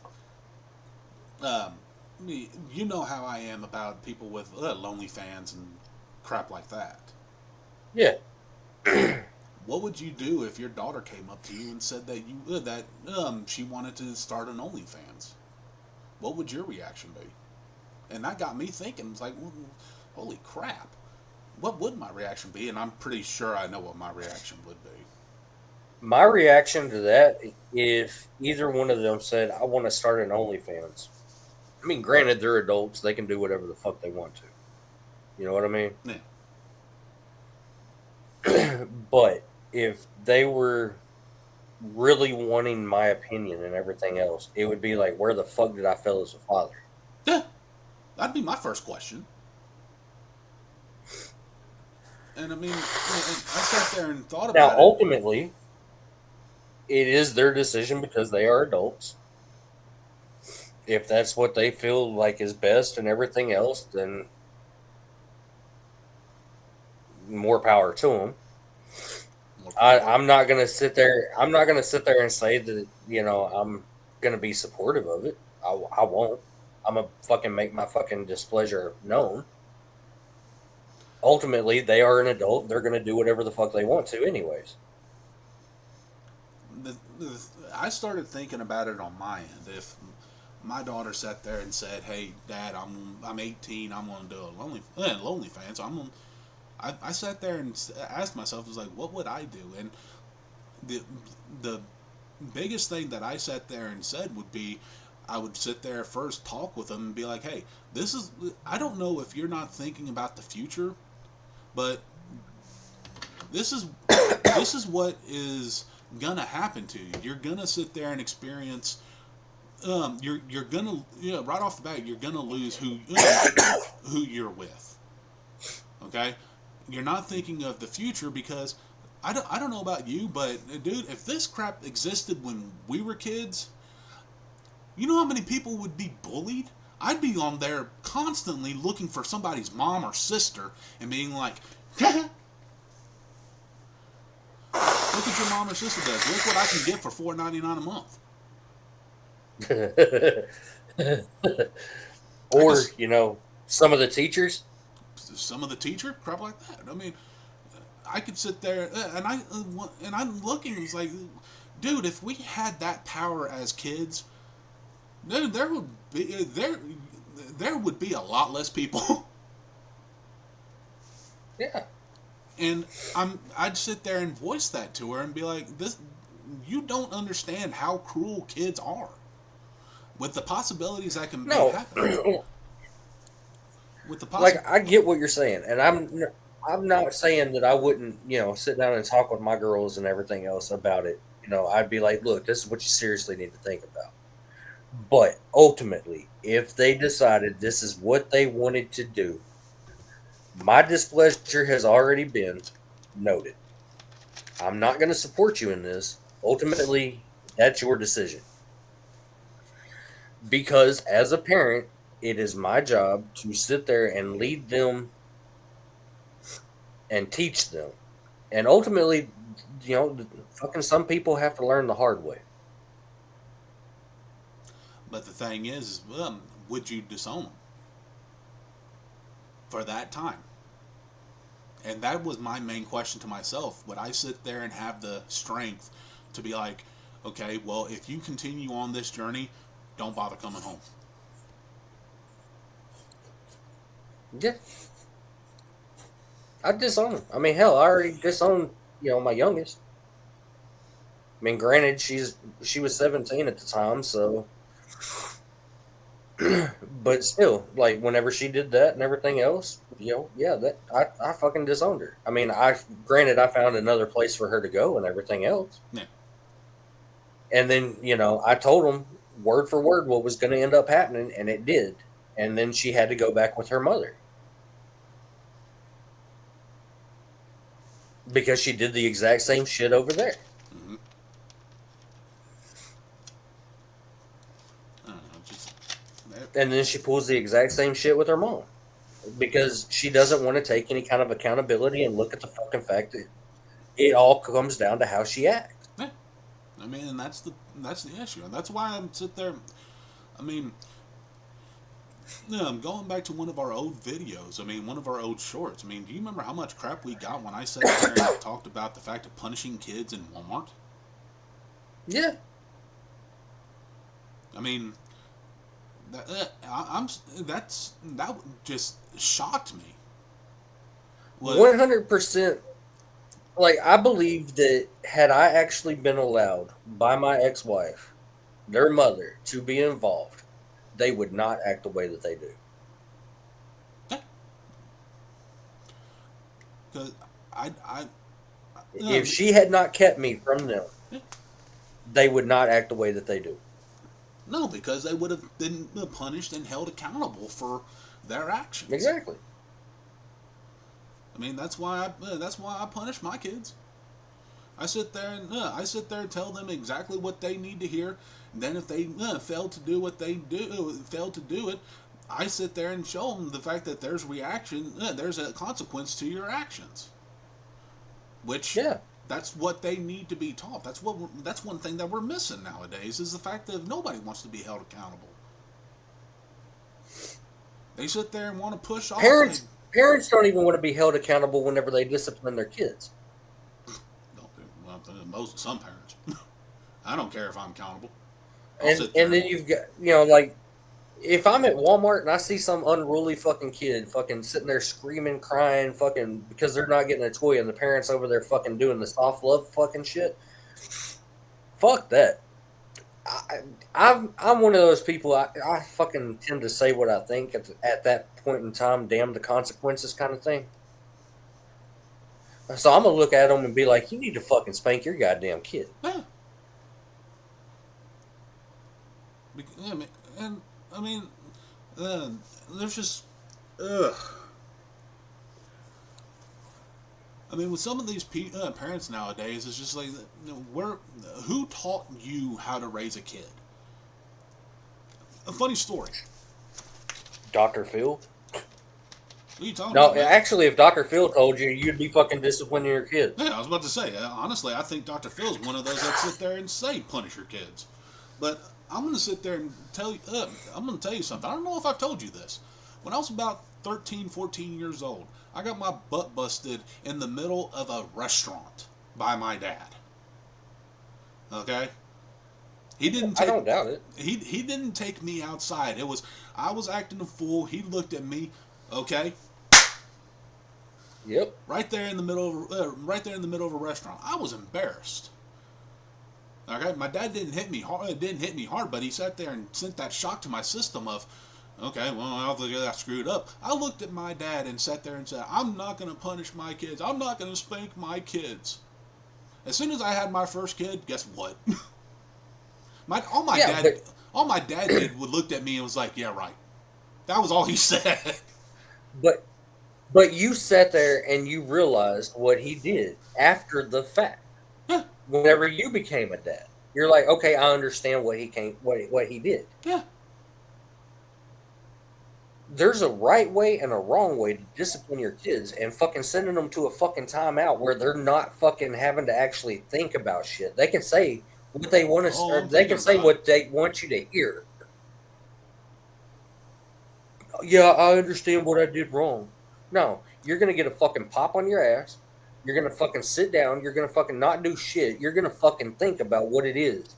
Like, I'm gonna ask you questions about it. Hmm? What did you learn? Where did you mess up? Where did you mess up? How are you gonna fucking fix it going forward? Yeah, What did you learn from this experience? and that's how But it's people supposed. want to sit there, people who are against, disciplining their kids, like, spare the rod, spoil the child kind of fucking people, like the ones that are like, I'll never spank my kids, gentle parenting, this, that, and all this other shit. Where they fuck up, they fucking have their kids fucking telling them, I know where I messed up. And they're not fucking holding that kid accountable No, because they're not asking those kinds of questions. no, they're not. And the fact that they're not punishing said action. Okay, I mean, you sat there and said it earlier. Your kid did wrong when they sat there and disrespected your soon-to-be wife. You Yeah. sat there and told them, "This is what's going to happen if you continue said action." Okay, they felt like bucking the system. I don't know about you, but I'm a man of my word. When I get my word, I sit there and own it. Yeah. Well, see, I'd fucking sat there and I'd given her one warning already. And I told her, I'm like, the next time you disrespect her, you're gone. And she fucking sat there and she thought that I wasn't fucking being serious. I showed her how fucking serious I was. Yeah. And now it's up to her to fucking realize and learn from that experience. Whether it takes 10 years, 20 years, whatever, or it takes her fucking sitting there having kids of her own and shit, and then realizing, oh shit, I understand what dad is saying. That's on her. I've done my job. Hmm? I did what I said I was going to do.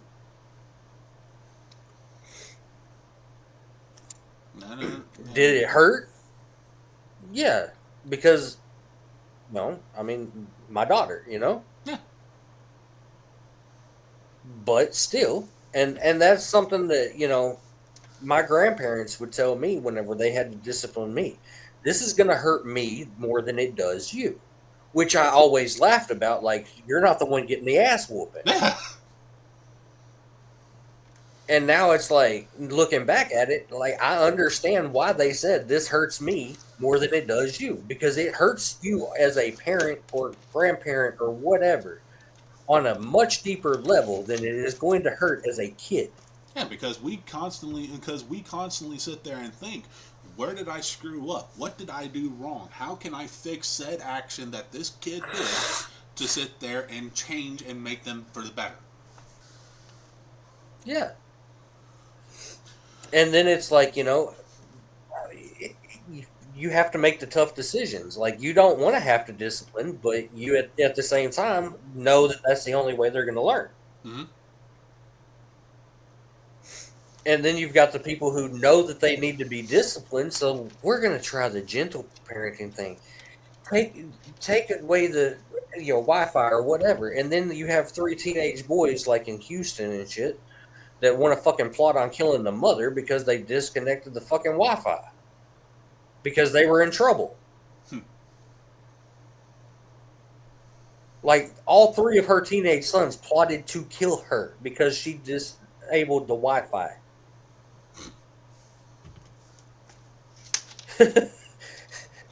Sad day. Let me strike a I guess. guarantee you it Let was me a strike a single guess mother. real quick. Let me go strike a guess. Single mother? I'm guessing.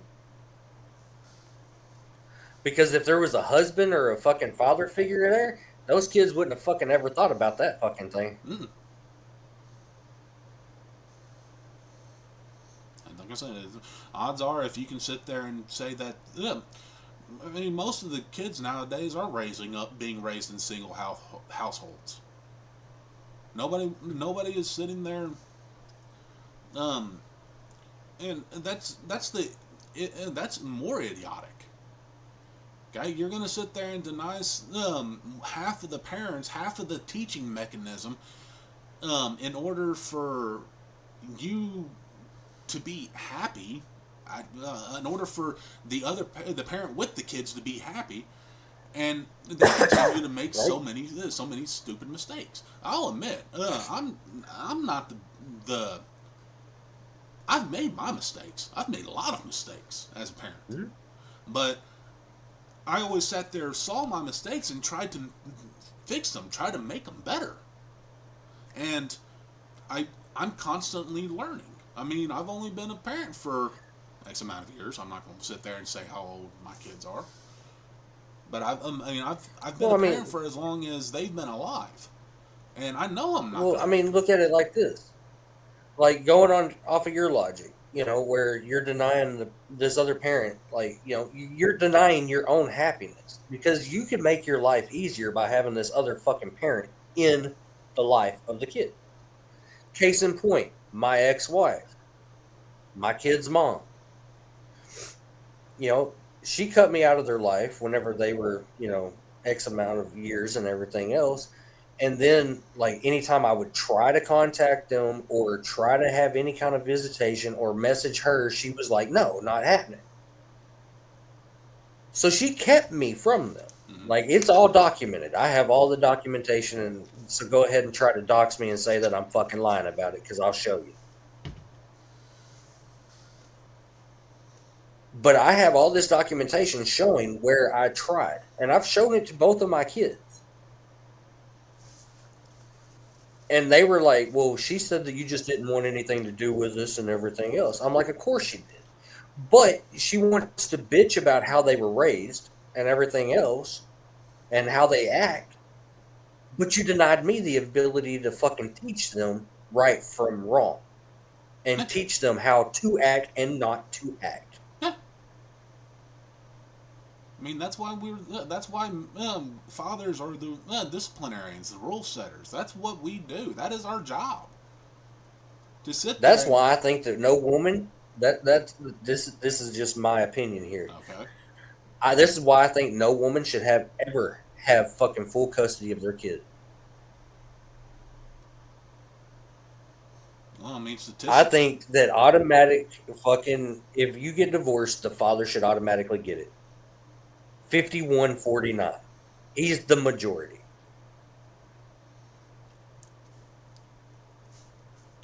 let's go ahead and say in most cases, or in a lot of cases, not most. Let's go ahead and say a lot of cases. Now, if he's a drug dealer, murderer, whatever the fucking case may be, or he fucking, beat the ever loving piss out of the mom and all that other shit, then no, he doesn't get the custody. No, but I mean, He don't even get fucking visitation. yeah, I agree with that. I agree with that. But those are the cases that we're not sitting there saying should get the kids. But I mean, a decent, hardworking father who's sitting there. I mean, sitting there. Let's say has done the child support thing, has sat there and has the job, has the capability, has to sit there, has the the has shown has the means. Has sat there and shown the fact that they're a father, then yeah, I mean we've got it. I mean, you know how I love my statistics.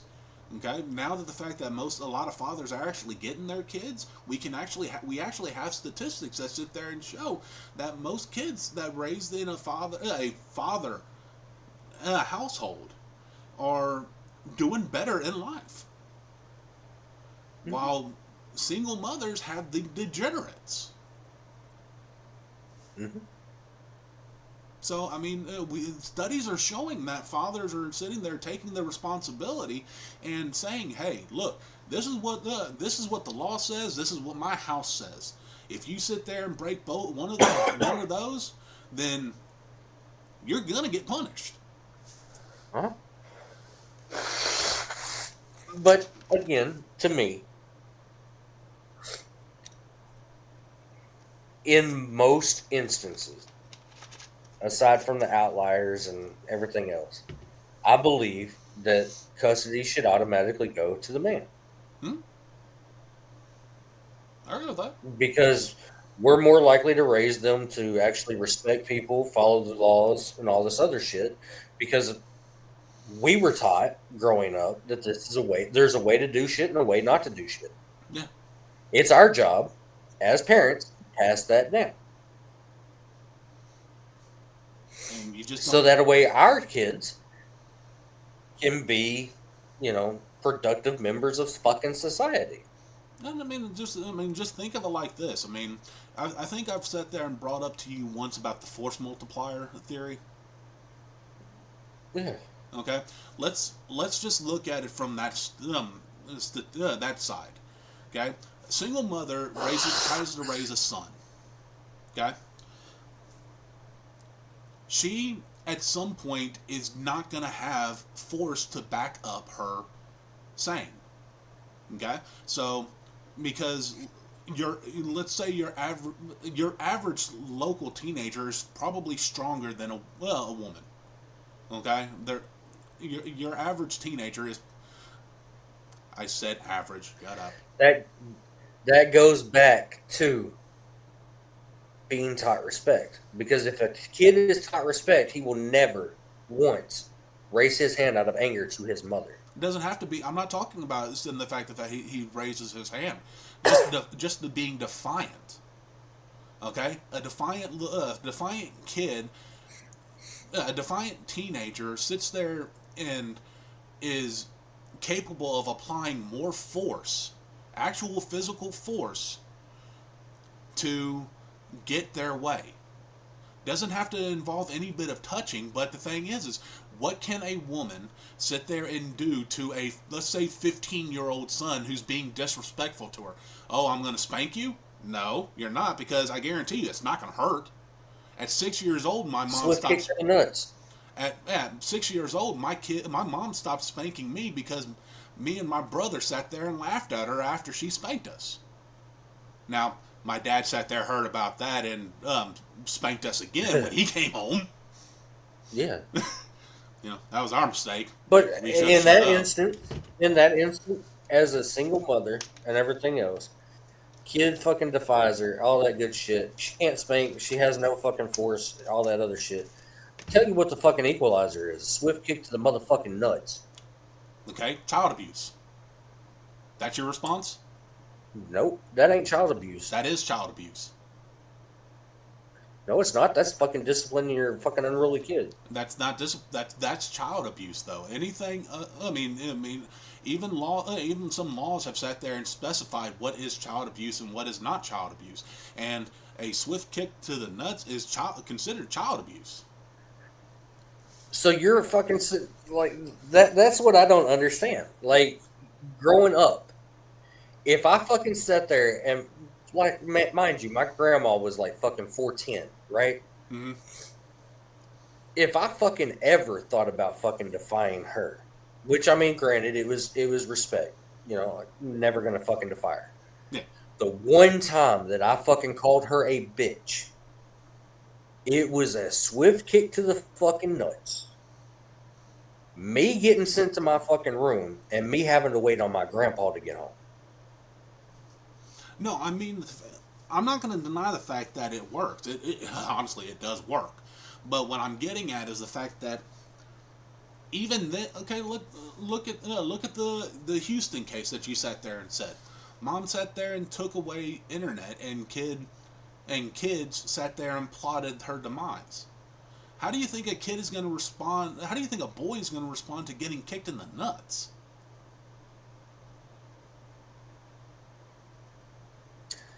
If they think logically, they would be like, shit, I probably overstepped my bounds.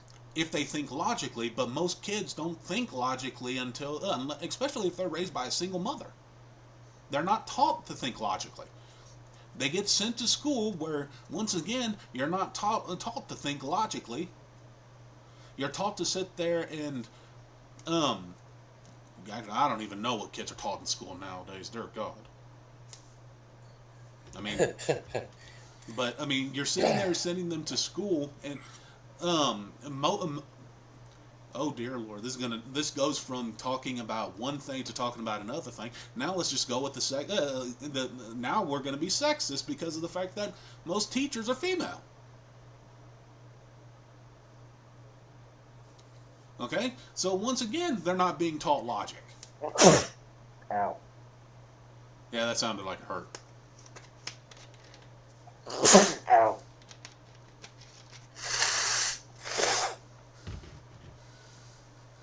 Ow.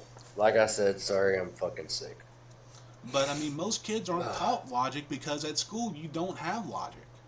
Because I mean, once again, um, you're being taught by somebody else, and most of the time it's a woman. And I hate to say it, a lot of women don't view logic. They really don't. We're gonna get a lot of hate. They think with their fucking feelings. I mean, if you really think about it, women do not think logically. They think with their feelings. I mean, granted, there are those women that That's sit why there. it's so easy for them to fucking sit there and leave fucking relationships that are fucking, good. Otherwise. I got a Oh my challenge. god, we got in a fight. I got a challenge from from anybody that watches our show completely. Do me a favor, sit there and count how many times Richie has said fucking, and put it in the comment section, please.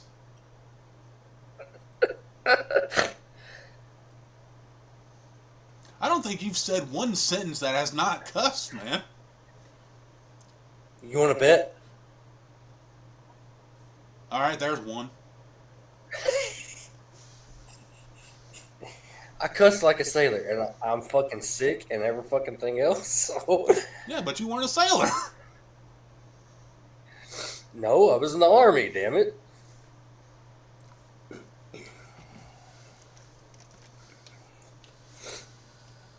And it's not cussing; it's sentence enhancers. Haven't heard that one. It's a vocabulary thing. It's sentence enhancers.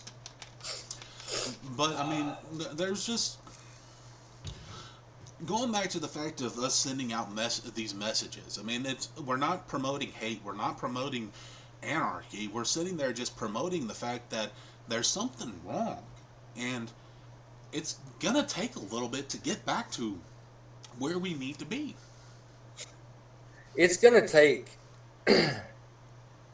parents actually fucking giving a shit about how the kids are, giving a shit about, values, and not just fucking, I mean, granted, conservatives and liberals can't get along. I mean, I've got friends that are liberals that, we're still friends. You know what I mean? Like, it's not one of those where it's like, oh, well, you're this and all this other shit. We actually talk. We have fucking intelligent conversations, and we understand each other. It's going to come down to fucking people having understanding to get back to what we used to be as a nation. Yeah. And like I said in our very first video, I hate to say it, but the last time that America was 100% like that was when? Oh Christ, I can't remember when you said. September 11th. Mm. We were no longer divided as a nation. It was no longer African American. It was no longer, Latino American. It was no longer anything. It was I'm an American. That's the last time that we, as a country, was united. Yeah. Okay. I get you that one. But it's. But the thing is that's what we're trying to show. That's what we're trying to promote. We're trying to promote the idea of stopping the the hate. I mean, we have our opinions about trans people and gays and everything else. We have those opinions, but the thing is we're not. I'm not sitting there promoting anybody go do anything.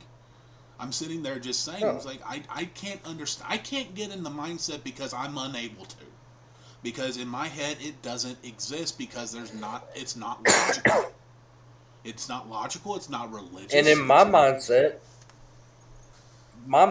is, you're to all the people who are thinking that we're attacking them and everything else, or we're homophobic or transphobic and everything else. We don't hate them. Let them do what they want to do. Stop shoving it down everybody's fucking throats. Yeah. I guarantee if one of my kids comes up and says that, "Hey, Dad, I'm thinking that I'm opposite sex," I'm gonna look at him and be like, "Okay, buddy, let's get you let's get you help because obviously something is not right. So let's figure out what is wrong." To me, it is a mental health issue. It is. I mean, if I And sit it's there, something that a lot of people don't want to go and fucking admit that they need help and all that other shit with, mental health and all that. I'm sorry, but if a fucking 10-year-old comes up to me, like say my kids are 10, and my daughter comes up to me like, "Dad, I think I was supposed to be born a boy." Okay, well, we're going to the fucking doctor.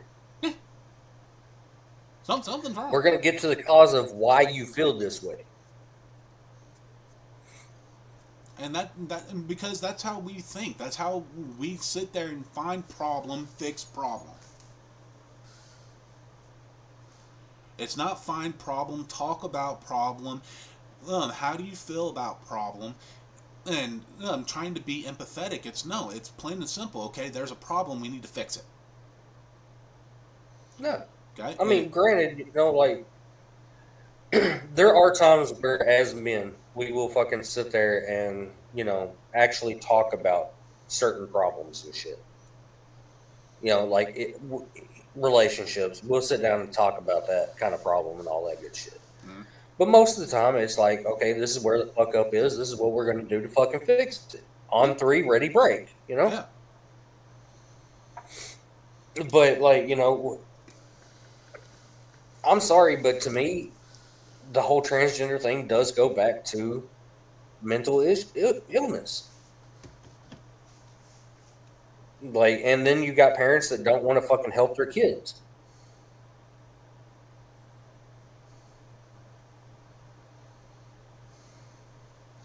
I mean, yeah, that's what it is. I mean, nobody. It's nowadays. It's if something's wrong, throw a pill at it. throw a pill at it, throw this at it. It's not. Hey, let's find out what the actual underlying issue is.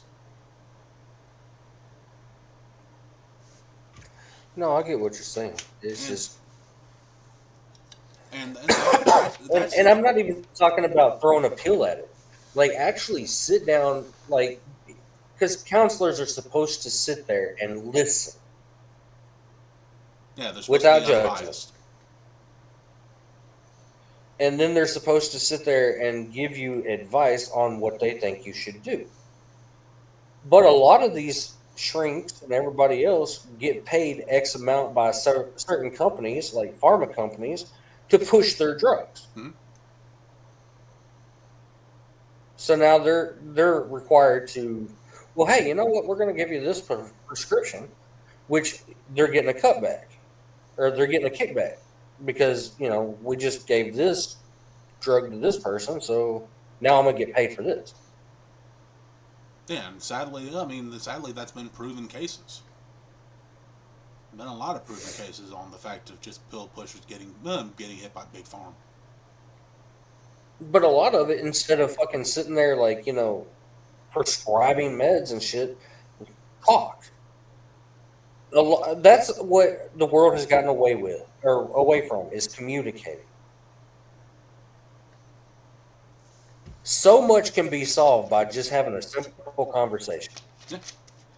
where you're not getting fucking pissed off because of what I'm saying. I'm not getting pissed off because of what you're saying. We are literally sitting down having a conversation. Yeah. And we're going to come to an agreement. Yeah, that's the thing. Most people can't have an unbiased conversation. What am I saying? What can you hear? What do you hear me saying? Not tone policing, not, oh, it's how you said it. No. Let's avoid that type of crap because that's bull crap.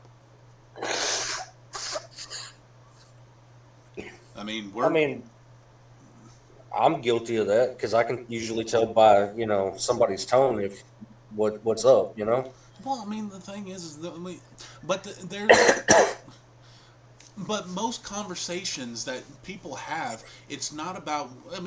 Honestly, I do understand the nonverbal cues and bullshit like that. What I'm getting at is the fact that 9 times, if I'm saying that this is a duck, it's a duck. I don't care if I'm screaming at you. If it walks like a duck, Yeah, one of those things. Talks like a duck. If I sit there it's and say, a fucking duck. Yeah, if I say this is a duck, there's a reason that it's called a duck. Now, I might sit there and be a little bit more harsher when I say that this is a duck, but the thing is what I'm still trying to get through your head is it's a duck. Forget the tone. What did I say? Yeah. No, I get what you're saying and everything else, but a lot of people, like even me, I am guilty of it because I have one of the most harsh tones whenever I'm just one of those people that, I've said so many things and you're not listening. I get. Well, if you're not listening, you can tell. If you're not listening, then you have to sit there and increase your tone.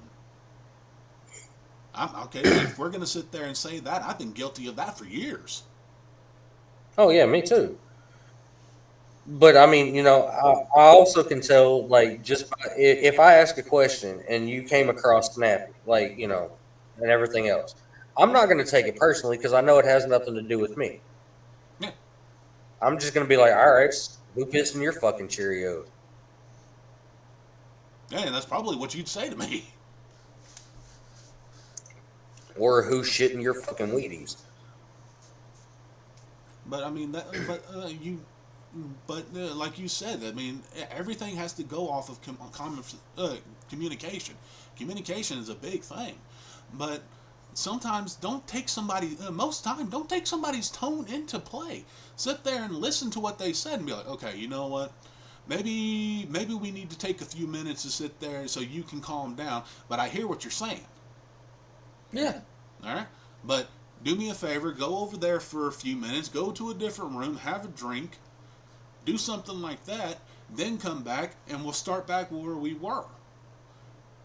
But No, I mean, I get but that. the point is, come back. Yeah.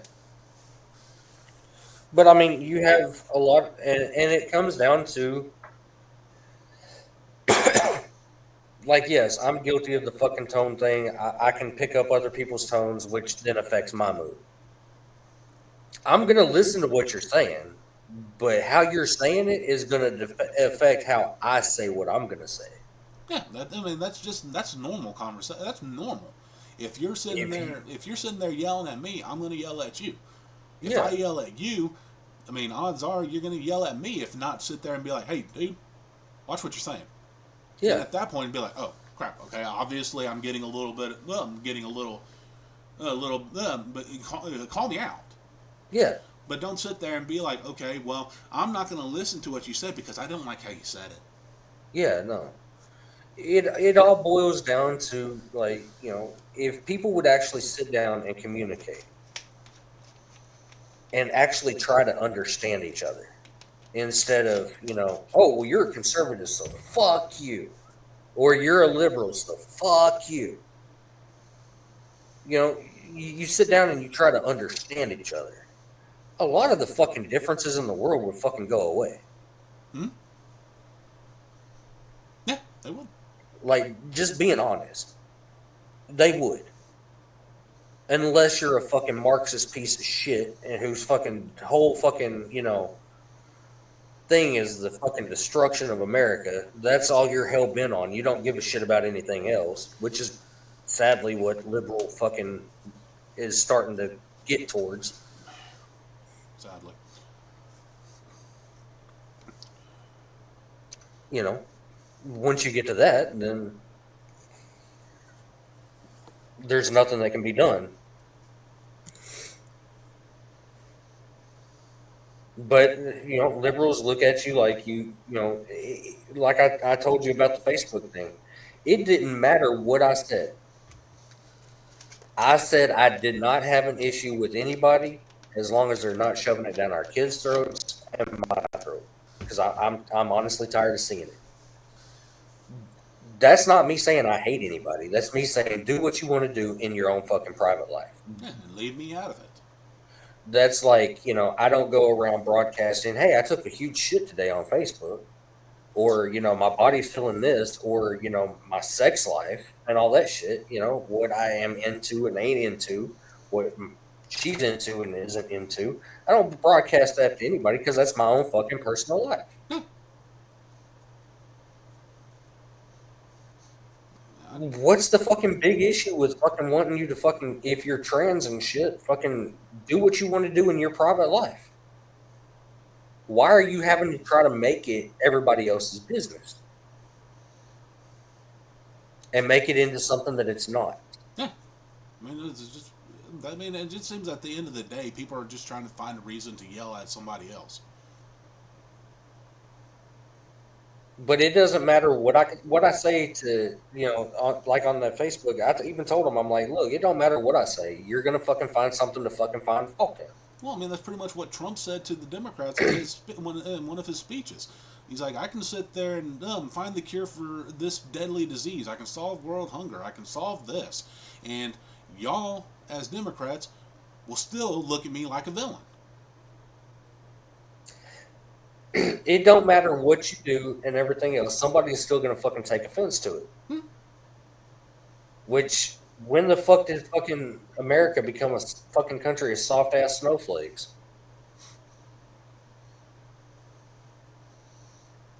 Latest generations, man. I Latest mean, I hate to say it, but these generations would not fucking last in ours. Nope. I mean, granted, I mean, we were left alone to our, own devices from sun up to sundown. As long as your ass was in the house before the street lights came on, you were good. Yep. And if you came home, bleeding and everything else, get a Band-Aid, go right back at it. Mm-hmm. I mean, I can't tell you how many times we would be out in the fucking woods around the corner from the house and shit and just fucking be playing fucking, or just fucking go out in the street and throw the fucking football, wait for cars to come by, and then fucking, all that good shit. I mean, there. I mean, just even thinking about just some of the crazy stunts that we've done. I don't think it. I know it wasn't with you, but I do remember crawling out of the driver's side window, getting into the trunk or the bed of my friend's truck, and then climbing through the fucking thing while not going down the highway because I just didn't give a shit. We're young, we're dumb, we're fucking, we're gonna do stupid shit. Yeah. Dude, it's a punishment nowadays for kids to go outside. Yeah, when the fuck did that happen? I sat there and told one of my kids that. I told one of my kids that. I was like, it's not. It's like when I was a kid, that getting punished from going outside and hanging with my friends, that was a punishment. Yeah. Okay, because that was life. Outside the house, there was no rules except don't get caught by cops. Don't get in trouble. Yeah, I mean, done plenty of stupid crap that should have gotten me in trouble a lot of times. But don't do anything where somebody else's parents are calling my house. Don't get in trouble with the cops. And don't end up dead. Yeah. That's pretty much what it was. I mean, hell, we'd sit there and how many times did we take a stick and hit each other with it? A lot. But the thing is, and that's what I told one of my kids. It was like it's a punishment for y'all to go outside, get out, to get away from your iPads, your phones, your game systems, everything like that. I've spent so much money on outdoor activities throughout the years to get my kids to sit there and realize, oh, you're not going to burn when you go outside. Well, see, I told my fiance, honestly, this summer, all I want to do whenever it gets warmer and shit is just on the weekends get out of the house. Let's go fucking kayak. Let's go fucking, float down the river in fucking tubes or whatever. I mean, granted, we got our German Shepherd and shit, so that'll be fun. Yeah. Or go camping. Yeah, not bad idea. Or just, fucking disappear for a week. You know what I mean? Yeah. Leave. I mean, obviously the phone's going and shit, but, just kind of disconnect. I mean, I think I can go fucking a week without the Xbox. I've done it. I mean, pretty sure I can go a fucking week without my phone. Pretty sure I can go a week without any kind of electronics. I mean, as long as I have fucking music. So, I mean, my phone would have to be charged so I can listen to music. I'll be happy. But, like, other than, like, the music and everything else, not even bothered to touch my phone. Like, if somebody says, hey, where are you? You went missing. This is where I'm at. Yeah, I mean, we can't. I mean, as a kid, I mean, we'd be miles away from home. Yeah. And I mean, and now if he goes outside, you stay in front of the house to where I can see you. I sat there and challenged one of my kids one day. I sat there and they sat there and said, I'm gonna go to this particular place. It was about a mile away. And I looked at him like, go ahead, ride your bike. Go that far. Guess what? They didn't even make it a quarter of a mile before they turned around and was like, no. I was like, that don't make any sense. I know where you were going. See, whenever we were growing up and shit, I could walk to your house. It didn't matter what the temperature was. Yeah. It didn't matter if it was a Friday night, Saturday, whatever the case was. It didn't matter how hot it was and all that shit. We didn't really pay attention to it. Same temperatures as it is today, I guarantee you.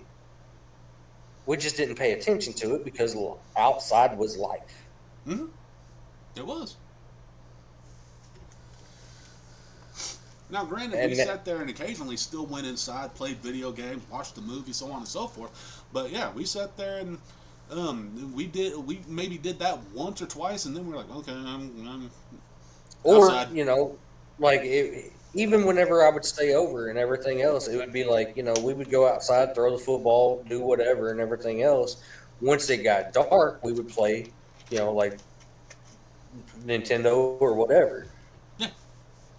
And then, once your parents went to sleep, we'd get on the chat line or the, Chatropolis thing. Yeah, that was a long time ago. But I oh mean, dear Lord, that was so long ago. yeah, but I mean, like after they, because we weren't sleepy, and then we'd fucking wake up and do it the next day. Yeah. We'd go right back outside as soon as it was, as soon as we woke up. It's like, all right, well, let's go find something to fucking do. Yeah. And then we'd end up fucking like 5 miles away, and it's like, you know, parents knew that we were good. Yeah. As long as we made it home. And I mean, a lot of it has to do with like that's something else that you didn't see a lot of whenever we were younger. I mean, you would see it every once in a while, kidnappings, No. all that good stuff. Well, yeah, I mean, but the thing, um, but that was usually that wasn't a big thing in our area. Wasn't a big thing in a lot of small areas. I mean, most of the time that we heard about it, it was always big name cities and crap like that. Houston, Dallas, Austin, Yeah. Somewhere like that. Yeah. That's all. That's where we heard it. It was always big cities. We didn't really care. Most of us knew as a kid, stranger danger. Never get in the back of a vehicle that somebody says, "Oh, we got free puppies and free kittens." All right, we knew the panel vans to stay the hell away from. Yeah, we knew. Like I mean, granted, a lot of them weren't going to fuck with either one of us either. But No. I mean, we were always together and everything else. So I mean, they would have had to take both of us, and I'm pretty sure one of us would have got away. Yeah. And then we could describe to police all that good shit. But still, that's something that we didn't see a lot of whenever we were growing up. That is more fucking common now. Yeah. Sadly. And I don't understand where the fucking world went wrong. I mean, it just started slowly decaying because everybody started caring about me, myself, and I, and not the collective. Well, a lot of it also, like growing up and everything else, I mean, say we were walking down the street and everything else. Somebody pulls up and tries to kidnap us. There was people that would have came outside and been like, no, and they would have fucking done something because it was the community. And now people want to fucking sit there and say, I, instead of looking out for everybody. Yeah, that's pretty much what it is. It's everybody's got this mindset of me, myself, and I, nothing else. And it's, I mean, granted, that's just a lot of big cities and crap like that. I mean, you get out into rural areas, I mean, you still got a decent grasp on what it was like when we were growing up. But I mean, even then, it's slowly starting to decay more and more until somebody at some point is going to put foot in ass, and it's going to fix us. I personally think there needs to be a hard reset. Yeah, we've already discussed the hard reset, and I already told you what my idea is. I'm not talking about a Civil War kind of hard reset. I'm talking about a fucking hard reset. Like, somebody sitting down fucking being like, look, this is how things are going to fucking be.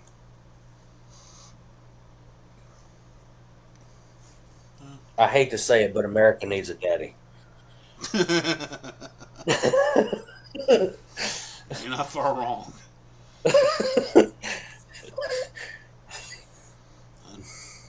who knows? I mean, we'll nevertheless, uh, nevertheless, everything's gonna. At some point before we die, somebody's going to sit there and be like, "Okay, this is what we're changing what's going on," or essentially, we're not going to have a country much longer because it's going to so much infighting in between us and everything like that. It's going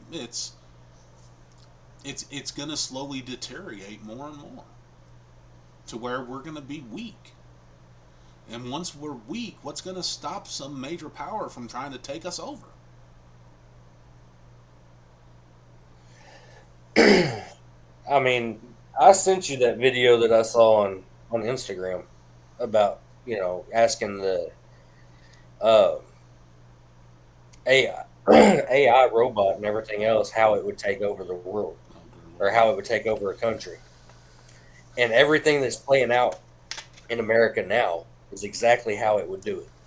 Well, somebody wrote about it a long time ago, back in the like 1800s sometime, I think. I think you're talking about Karl Marx. Maybe it was Marx or something. Somebody sat there and wrote out how do you destroy a country, and yeah, it's verbatim what's going on now. And it's all the Democrats' fucking playbook. I hate to say it. It is all Democrats' playbook. That is what they are fucking basing it on. And it's everything that is fucking happening in America right now. Yeah, and it all started in the household, destroying the nuclear family. The moment you sit there and take away the nuclear family is the moment that you sit there and take away our power. Yep. And then you've got fucking, shit, that's a whole nother topic. Well, I got another topic for you. Something that we need to actually bring back too. Get rid of this no-fault divorce bullshit.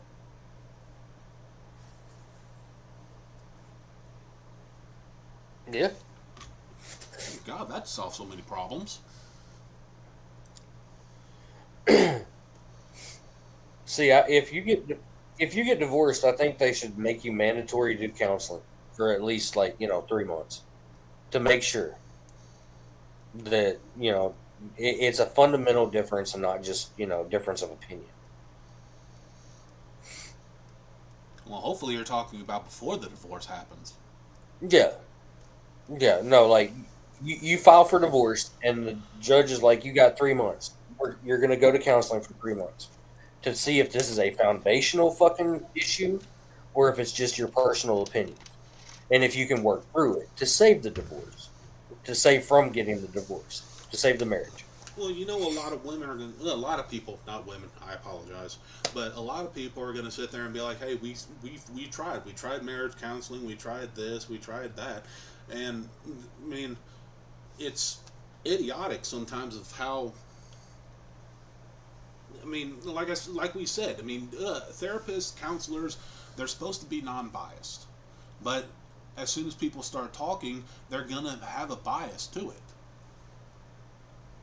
And what most people go off of is its feelings. I feel unheard.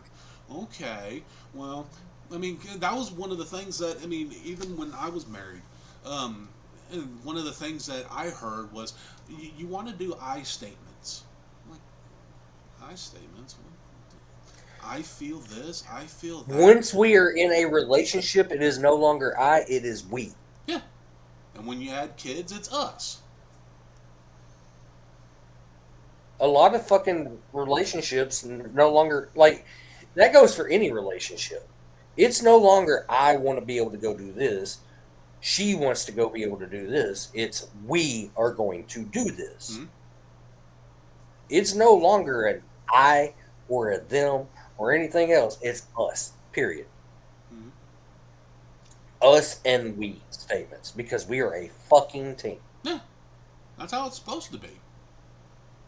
I mean, and that goes for whenever you're dating, it goes for whenever you're engaged, it goes to whenever you're married, it goes for everything. Now, I'm not gonna deny the fact that throughout all my relationships, I haven't been at fault at anything. Yeah, I've done my fair share.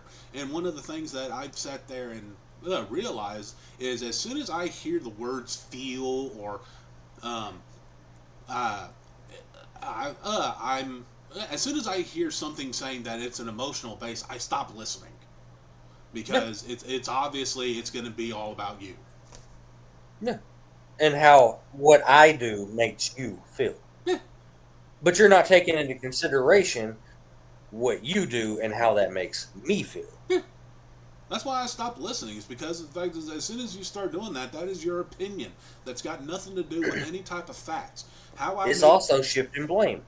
yeah, that's also another thing. Dear God. That's honestly what it is. As soon as you sit there and say I feel, you're shifting blame.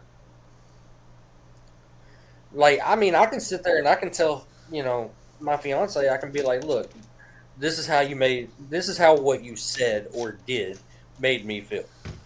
But I'm not gonna fucking sit there and be like, well, I feel like you just don't listen to me. Fuck that. I know you listen to me.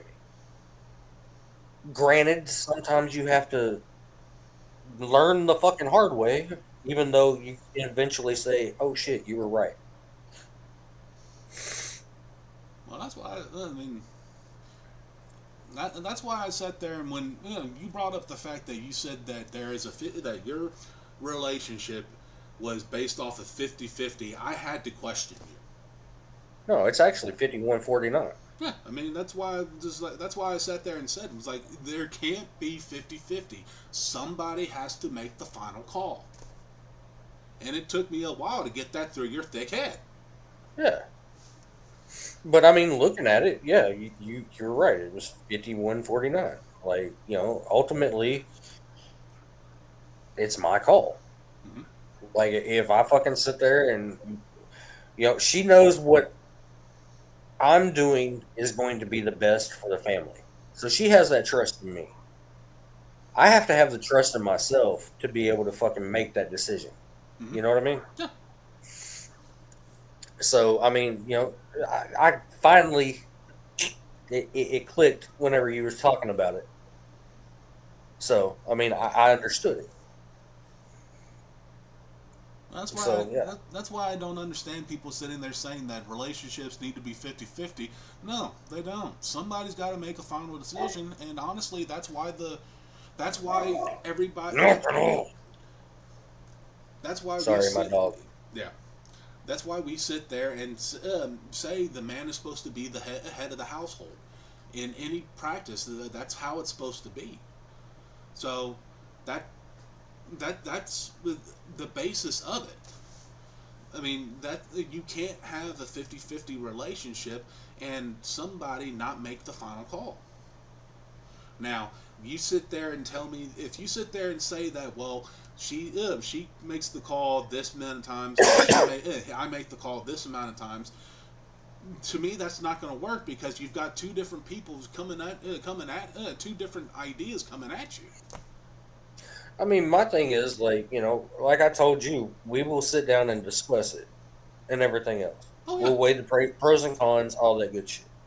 There are certain instances where I will defer to her.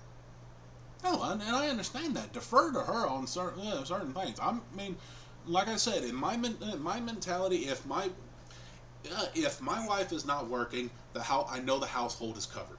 And if she sits there and says, "Hey, this needs to be for the household. This needs to change," I'm like, "Okay, all right. How do we go about this?" I will defer to her, but I will still make that final decision and be like, "Okay, well, No. okay, this is what. Okay, you sit there and presented the problem to Well, me. you Let me you sit there and tell you what my solution is." you know what I was referring to whenever I said I will defer to her and be like, this is your call. Yes. Like, I mean, that's what I was that's her call, No, no, I her get that. decision. That there's certain instances where I will fucking sit there and defer to her like that and be like, look, this is your ultimate.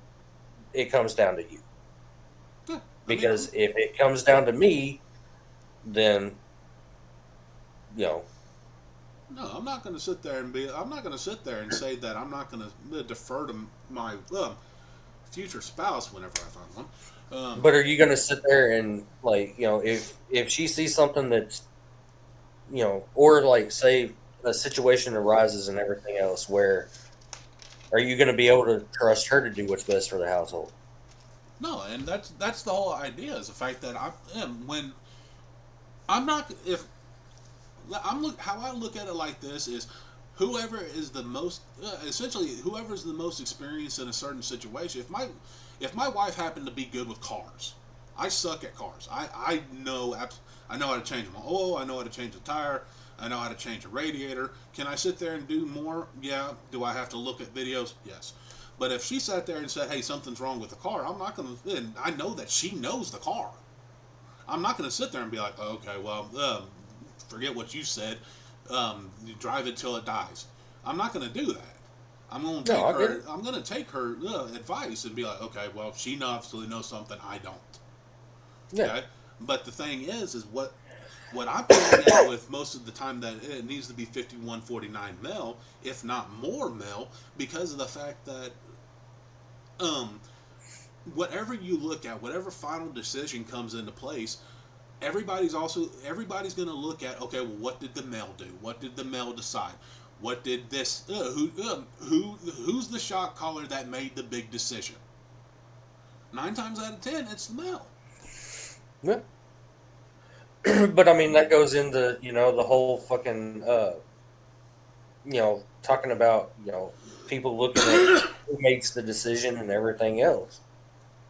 You've got certain instances where, like she may make the call or whatever and everything else. But I mean, my thing is, shit, my fucking sinus medicines stopped working and I kind of went brain foggy. Uh, what was I talking about? We were talking about the fact of the decisions between man and woman, man being the household, the leader, and so on and so forth. You were bringing up something about oh crap. Obviously, I No, was. you were talking about the 51 or 5149 and everything else, mail, all that good stuff. Now, what I was getting at was a man is always going to do what is best for the family. Put his feelings aside and do what is best for the family. Mhm. Whereas a woman is more likely to include her feelings. You know, As, like, I don't feel like this relationship is going to work anymore. Or, I feel that if we move here, this will be better. Okay, well, why do you feel that way? I mean, honestly, we got away from women deferring to the men in their lives Mhm. because they want to be fucking Miss Independent because they've been led to believe that, you know, they're strong, intelligent, and all this other shit, which while they are, they also still fucking base everything on fucking feelings. Mhm. No, I mean you're not wrong there. I'm tired of my job. I'm tired of this. I'm tired of that. I think I need a change. And it goes back to the fucking grass is greener on this side than watering your own fucking grass. Yeah, And then, they fucking do this, make this decision and everything else, and then they fucking regret it. yeah. That's the thing is a lot of people. I mean, that's what a lot of people live with nowadays is just regretting their past mistakes. There's only a couple of things that I ever regret, and honestly, it's not much. It's not much. There's not much that I regret. There's two major things that I actually regret. And then there was a bunch of what ifs and everything else, but fuck those what ifs. Yeah. What ifs are just that, what ifs. But the things that I actually regret, there's two. Yeah. I mean, I have maybe I might have a handful, but Well, that's it. okay, three.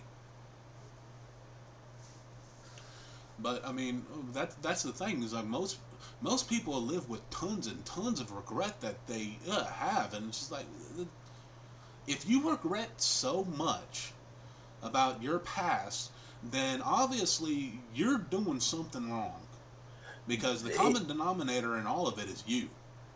Honestly, if you're sitting there regretting that much shit from your past and everything else, like, I regret fucking leaving that job because, for this new one and all this other shit.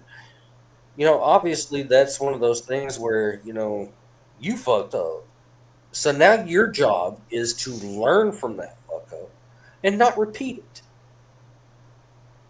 But people don't want to hold themselves accountable to where they don't repeat the same fucking mistakes. They want yes men who are going to fucking be like, oh, yeah, you're right. Fuck that bullshit. I'd rather have somebody hold me accountable for my actions and every fucking thing else. Whether it's you as a friend in our friendship, whether it's her in my fucking relationship. If I'm doing something wrong, I want you to hold me motherfucking accountable. Just like I'm gonna hold your ass accountable. That's how it's supposed to be. That's how it's supposed to be. You screw up, oh, I'm sorry. This is what I did wrong. Let me fix it. Yeah. But everybody gives up so freaking quickly nowadays. But if I sit there and I do something wrong in my relationship, I expect her to call me out on it. Like, not wait a few days and everything else where it's fucking completely out of my mind. Where it's call me out. Huh? Yeah, but it festers in hers. Yeah. But call me out right fucking then. So that way I'm aware of it. Now I'm looking at it and I'm like, oh shit. And then I can fix the fucking problem at that point. Which is how it should be.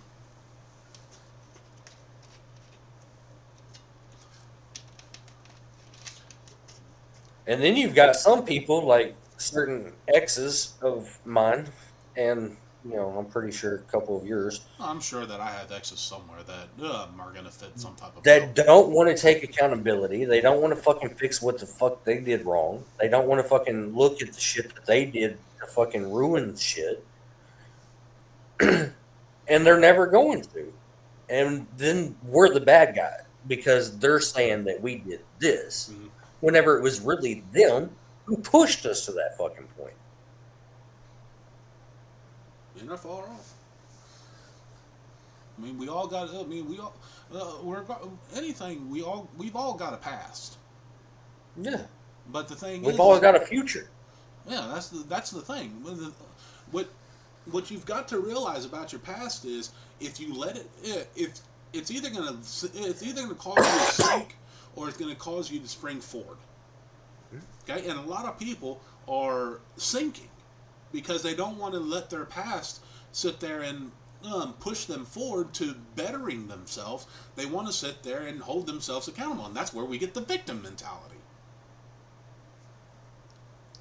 Yeah, and then you've got fucking the victim mentality where, I made mistakes in the past and I can't find this. No, motherfucker, you just gave up.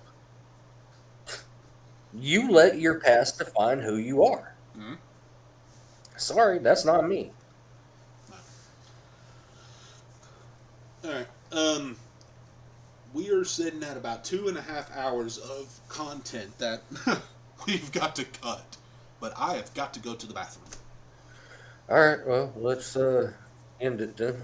Yeah, and I'm going to cut this part because I don't think anybody wants to realize the fact that I got to go to the bathroom.